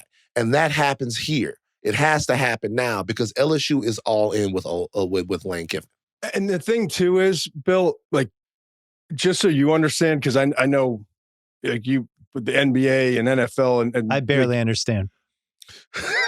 Trinidad. I'm being honest. No, I know. But Trinidad Chambliss, the quarterback that he just won 11 games with, he was a transfer from a Division II school. All of his games in the previous couple seasons that he played wasn't in front of a crowd, if you combined all those crowds, as big as an SEC home game. And so he brought him in, and he was apparently ranked, because I don't have like the transfer portal rankings for any position, let alone quarterback. But apparently they have a couple services that do these rankings. He was like the 260 something ranked quarterback. And Lane found him and brought him in and did this with him in 1 year. So you think about what he can do at LSU with the type of talent that Van's talking about. And then also, like, he went from West Coast, USC, the Pete Carroll, when you think of that, like Sarkisian and Lane and what they did with those, like the Matt Leinerts and the Sanchez's of the world, to that up-tempo, crazed, it's kind of fit his personality, to mixing and blending the two with Jackson Dart. And Jackson Dart early on was that RPO, hand the ball off and fast tempo and going. And then as Jackson Dart grew up and got smarter and could understand concepts, like morphed those things into more West Coast. And then he kind of veered off to the side with Trinidad this year. So not only are you getting a guy who can spot talent and develop talent, you're also getting a guy schematically who actually, and there's very few of them in college football, who actually gives you a schematic, upper hand over a lot of other opponents on the offensive side of the ball. And who develops talent to where you can see a huge thing that I think the transfer portal, and shout out to my man Carter, who did Power Hour LSU, who talked about this. The transfer portal, to me, has affected the development of a lot of the players in college football, because you're bringing in guys who are established, and it's taking away reps that other guys are getting that have been in your program for a long time, right? So it's shortening the window to develop these players. Lane's players get better. They develop. You see snap after snap, game after game, these people get better. These players, they develop. They are better football players. They don't regress in weird ways like some of the big players that you've seen in other places. They get it, and they continue to get a hold of what it is that he's giving them. And I just say something else. His crazy matches are crazy. We insane. Yes. We drunk on Saturday in the morning all day. We New Orleans, Baton Rouge, Opelousas, Chalmette, Destrehan, West Monroe, Lake Charles, New Iberia, crazy. And his crazy matches our crazy. It's a culture fit. It works, man. I don't think it would fit in Alabama. I think it fits perfectly in Baton Rouge. But I'm curious, Bill, because when you called me earlier and asked me, are you around tonight to come on? It seemed like you had an edge about this whole thing, like kind of a little bit. Were you disgusted by it? Like, what was your first reaction to all of this? No, so when I was like 9 years old, the Patriots were really good. The 78 Patriots. We had this coach, Chuck Fairbanks. And he took a job with Colorado. Get the last game of the season heading into the playoffs. And everybody was outraged. They suspended him for the last game. Then he came back and coached the playoff game. We got killed by the Oilers.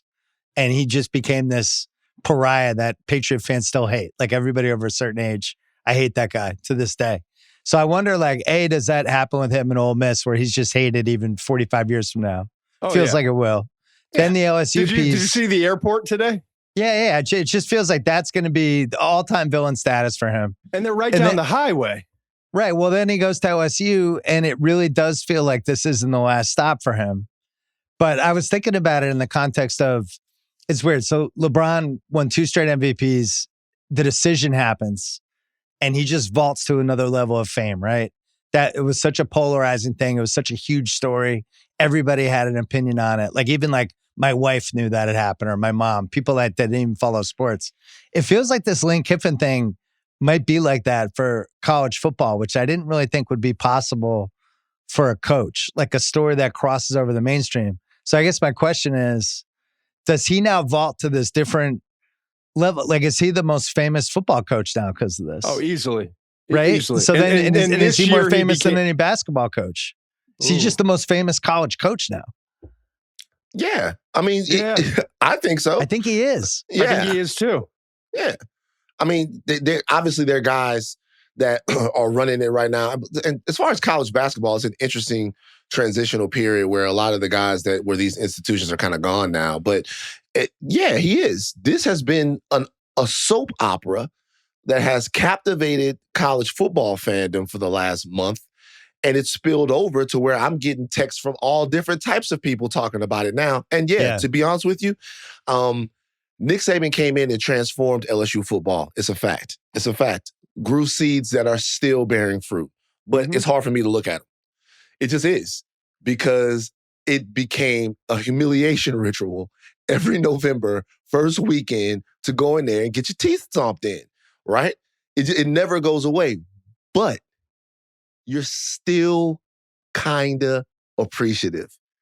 You're still kind of appreciative. You're still like, we had Nick Saban. Now, the difference is, like, he never delivered them a national championship. Who knows how far Ole Miss football goes? If his legacy and what he started there can continue under Pete Golden, maybe it softens the blow a little bit. Well, Todd, you remember that was the Pats fans with Parcells, right? There was a lot of bitterness, and he went to the Jets, and even when he went to the Cowboys. But at some point it shifted, and people were like, you know what? It was he brought football back. He probably saved that. We would have gone to St. Louis if it wasn't for him. I appreciate him. But it was really mad for a little bit. I think this Kiffin thing will probably be a little deeper because odds are Ole Miss is never going to matter like they just did the last couple of years. Yeah, they're It'll not. be hard. Not like this. Not like this. And going back to your question, like, you got to remember college football in just the last few years has lost Nick Saban, Urban Meyer, Jim Harbaugh. So you look around, like Marcus Freeman, people love and adore him. Lincoln Riley was a big deal, but he went up to USC and surprisingly, it's just not gone well. And so his star has fallen. Kirby Smart, Dabo Sweeney for a while was just with all the antics and the press conferences and the interviews and the post game was a big character, but that star has fallen. So, and Kirby Smart's been the most successful coach. And while you can't argue the success, and even though it was the foundation is that of Nick Saban, for whatever reason, he just doesn't carry that cachet, right? The Oregon coach seems like he has a little bit of crossover name recognition, but not like Lane Kiffin, I don't think. Not like Lane. And even Chip Kelly when they were rolling, people loved Chip or despised him, but a lot of fun and college football, if you look at it right now, is kind of missing that like sex appeal for like the big names and rival coaches and all that. I think. By the way, so is college basketball. Just FYI, when you said that, it kind of dawned on me. Patino's probably the most famous college basketball coach right now, and he's not even. And he's a holdover from a past era. Right. Everyone else is gone. And I'm not saying that it won't happen again, but I'm saying right now, it used to be times where you're looking at. Calipari and all of these guys are on top of it, and they have their own little fiefdoms of college basketball. In college football right now, there are a lot of things that are stopping us from getting to the middle of these stories, right? There's every time two teams play, it's about the playoff, it's a lot of the cultural clashes is what made the sport special to me. This story is about a cultural clash.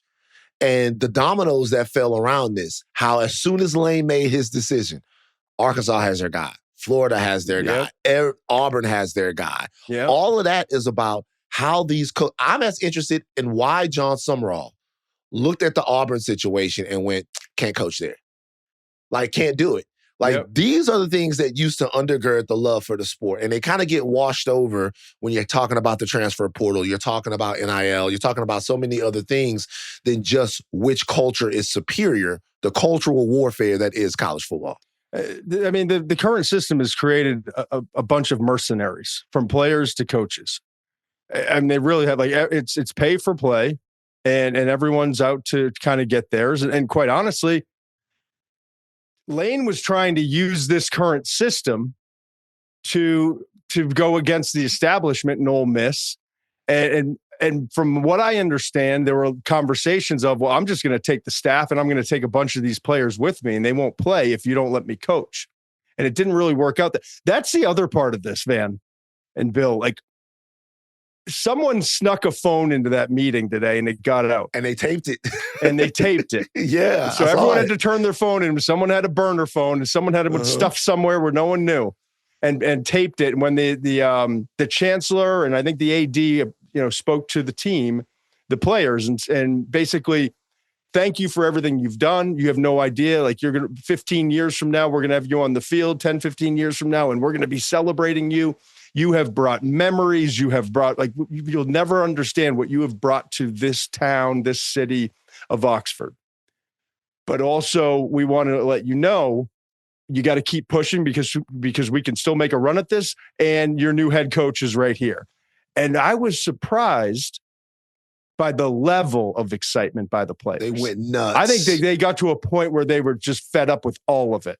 And so while Lane thought he was going to leverage these players that love him and would die for him, would follow him anywhere, they seemed to, and it was just one meeting, but it wasn't like, hey, it was going crazy. So that part's interesting too. Let's be honest, guys. This could be a sports movie. I keep trying to get you to get into it. I told you that I was about to hit you. Somebody should do this. Cast everyone up, and someone should do this. I'll tell you this, though. Absolutely. I'll tell you something, Will. There will be some attrition. Not now. They're in the playoff, and they will play. After the dust is settled. No question. There will be some attrition. The question is who? A lot of people thought Kewan Lacey, Trinidad Chambliss, all of these guys would end up in purple and gold. I don't know that that'll happen, but there are definitely some people. There have been some decommitments already.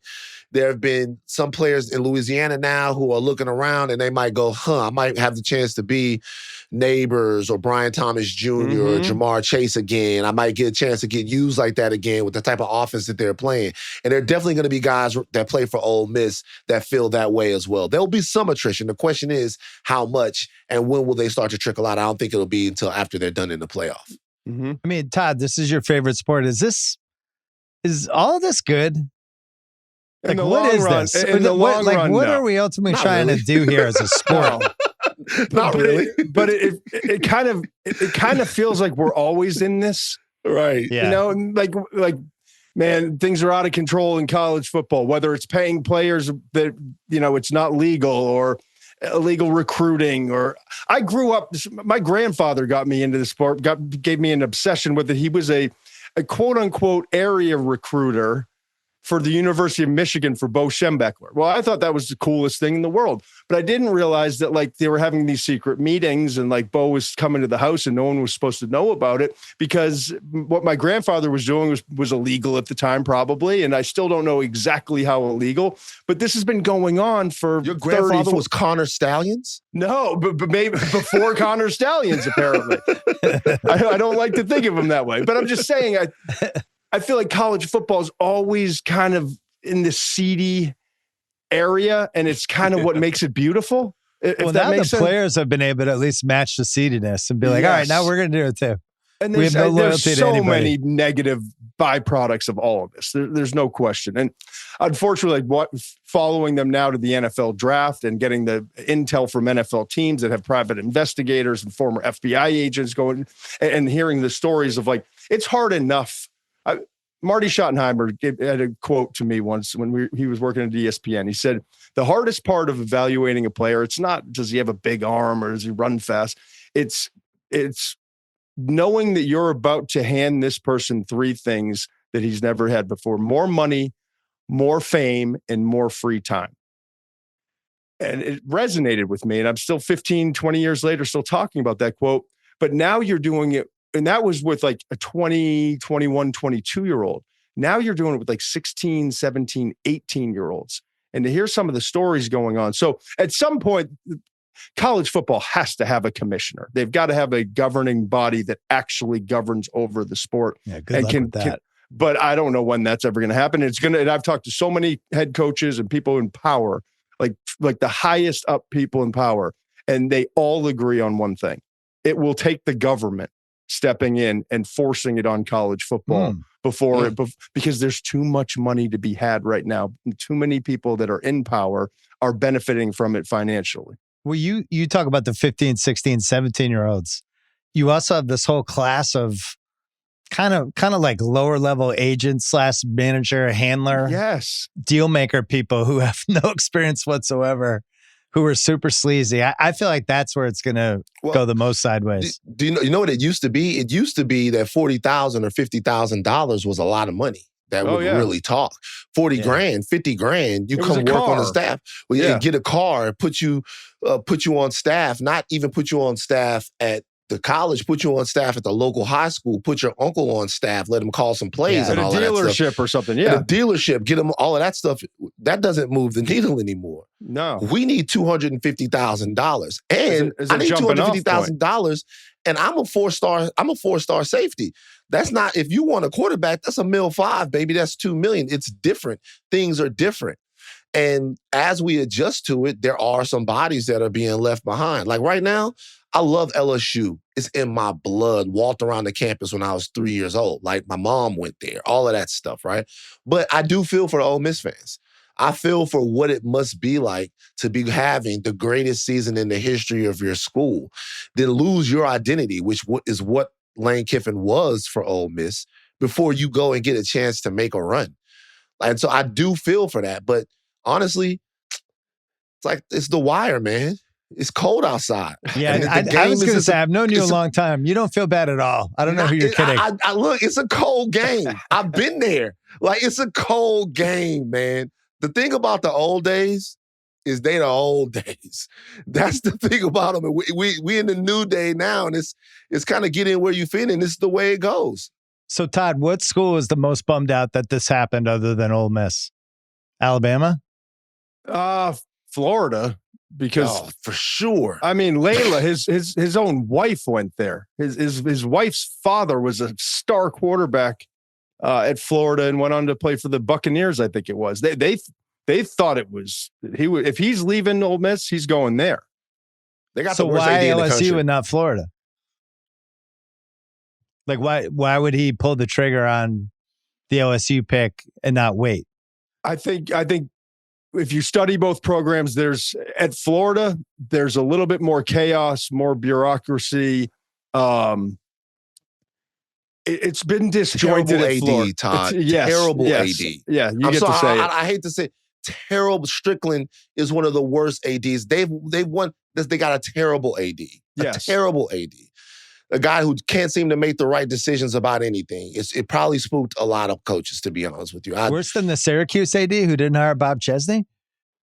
Little stealth joke for Todd. 2 years ago. Todd remembers. And there's some layers to we it, might too. have worked for him once We upon a might time. have, yeah. We might have. He couldn't do that job either. Also, Saban's influence might have pushed him to LSU just a tad bit. Maybe. Well, you said the two people that were most influential on this were Nick Saban and Pete Carroll. And Pete's point to him was, you did what you were supposed to do at Ole Miss. They'll wind up appreciating you. The players will wind up appreciating you, but it's time for you to go to level up. And you've earned the right to level up through all of everything you've been through. Go take it. Nick's message might have been what you're talking about, Van. Well, Todd, you made the key point earlier. The way the system's set up, maybe there's no way that this could be graceful.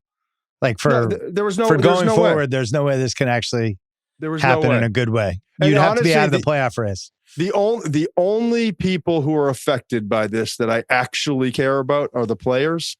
And listening to that team meeting, maybe they're not as affected as I thought. I'm going to be rooting for them now. Oh, me too. Let's have the sports movie actually happen, Van. Yeah. Van, you're doing an unbelievable job of pretending you're not like absolutely euphoric right now. I want to give you a lot of credit. I haven't seen you this happy in a while. So 2 things. Number 1, I'm glad we got our guy. I'm glad we got the coach that we wanted. Number 2, if I wanted to be, I could be such a dickhead about this, but I'm choosing if I wanted to be, because if some of the texts and calls that I'm getting I didn't know we had it like that. We went right over into the next station and took your girl. Wow, you guys was about to get married. I mean, you guys are literally planning a wedding. No, this is cold-blooded. And we said we got a bigger house, we got a better car, we got like you come over here and get with us. If I wanted to, I could be a dickhead about it, but I care too much about the sport. I really love college football, and I know the fandom that people have. And I've been up there to Ole Miss. They're a decent fan, history aside, and I don't have any problem with them, and I know this must hurt. Plus, the karma and the energy thing is always a big thing for me. But I'm happy. The karma rules. I'm happy that LSU got their guy, but goddamn, that gotta suck, man. That has to be tough. Well, you know who the last honest, loyal man in college football was? Drake May. Could have left for his last year, jumped to a better program, done it for him. You know what he did? He stayed in North Carolina with an inferior team. Not a great coaching situation because he's a loyal guy, Todd McShay. Yeah. Drake May. He's built different. And now he's got a playoff run with no left tackle. So here we are. Here we are. Get well soon, Will. All right. So, Todd, you're covering more of this on your podcast tomorrow? Yes, tomorrow tomorrow morning it'll be up late morning, and I got more on this. I got a lot more on Penn State. This whole I don't think until this I knew that Jimmy Sexton had 14 of 16 SEC coaches and he was powerful. I think this last 6-8 weeks has shown us that he literally is the most powerful man in college football. Wow. And he is pulling every string. And if you're a Penn State fan, that is a scary thing right now. And then, Van, you're covering more on Ringer Tailgate? That's what we're doing on Ringer Tailgate on Wednesday. We're doing a deep dive into Jimmy Sexton. We're doing a deep dive into Jimmy Sexton on Ringer Tailgate because I don't know, you guys would know better than I would, if there's any singular sports figure right now. I guess Clutch has a lot of guys. Clutch has the Ringer now. I guess Clutch has a lot of guys. I guess Clutch has a lot of guys, but I don't know if there's any one specific figure in any one specific sport from the business side. Honestly, you could talk about Boris, you could talk about David Falk. He's on that level, but on a crazy level. Even on the broadcast, you can hear the guys on the broadcast, Jimmy Sexton clients, talking in a Jimmy Sexton language. It's interesting. I'm not accusing anyone of anything. I'm just saying to have a player like that in your sport, it just changes the dynamics completely. Boris felt like he had that going, I'm sure not recently, but maybe 10, 12 years ago. Yeah, it felt like it felt like he just had everybody for 3-4 years. But yeah, I mean, this would be the right sport to do it because it's the wild, wild west. All right, Van on Ringer Tailgate Wednesday, Todd McShay tomorrow, plus Todd's newsletter, which is essential. Love it. Go Pats. Thanks for coming on, Dan. guys. Dan got me the newsletter. I've been looking at the newsletter. Shout out to Dan. I love it. Thanks guys. No problem. See you guys. All right, that's it for the podcast. Thanks to Sal and Van and McShay and Gahau and Eduardo. Don't forget Rewatchables on Monday night. Rocky 2. And Music Box series actually coming back on HBO and HBO Max on Thursday night with a Jeff Buckley documentary that is fantastic. So I'll talk more about that on Tuesday, but just want to give you a little heads up. Thursday night, we have an awesome football game and you also have a really good documentary to watch. So I will see you on this feed on Tuesday. Must be 21 plus and present in select states for Kansas in affiliation with Kansas Star Casino or 18 plus and present in D.C., Kentucky, or Wyoming. Gambling problem? Call 1-800-GAMBLER or visit rg-help.com. Call 888-79-7777 or visit ccpg.org/chat in Connecticut or mdgamblinghelp.org in Maryland. Hope is here. Visit gamblinghelplinema.org or call 800-327-5050 for 24/7 support in Massachusetts, or call 877-8-HOPE-NY or text HOPE-NY in New York.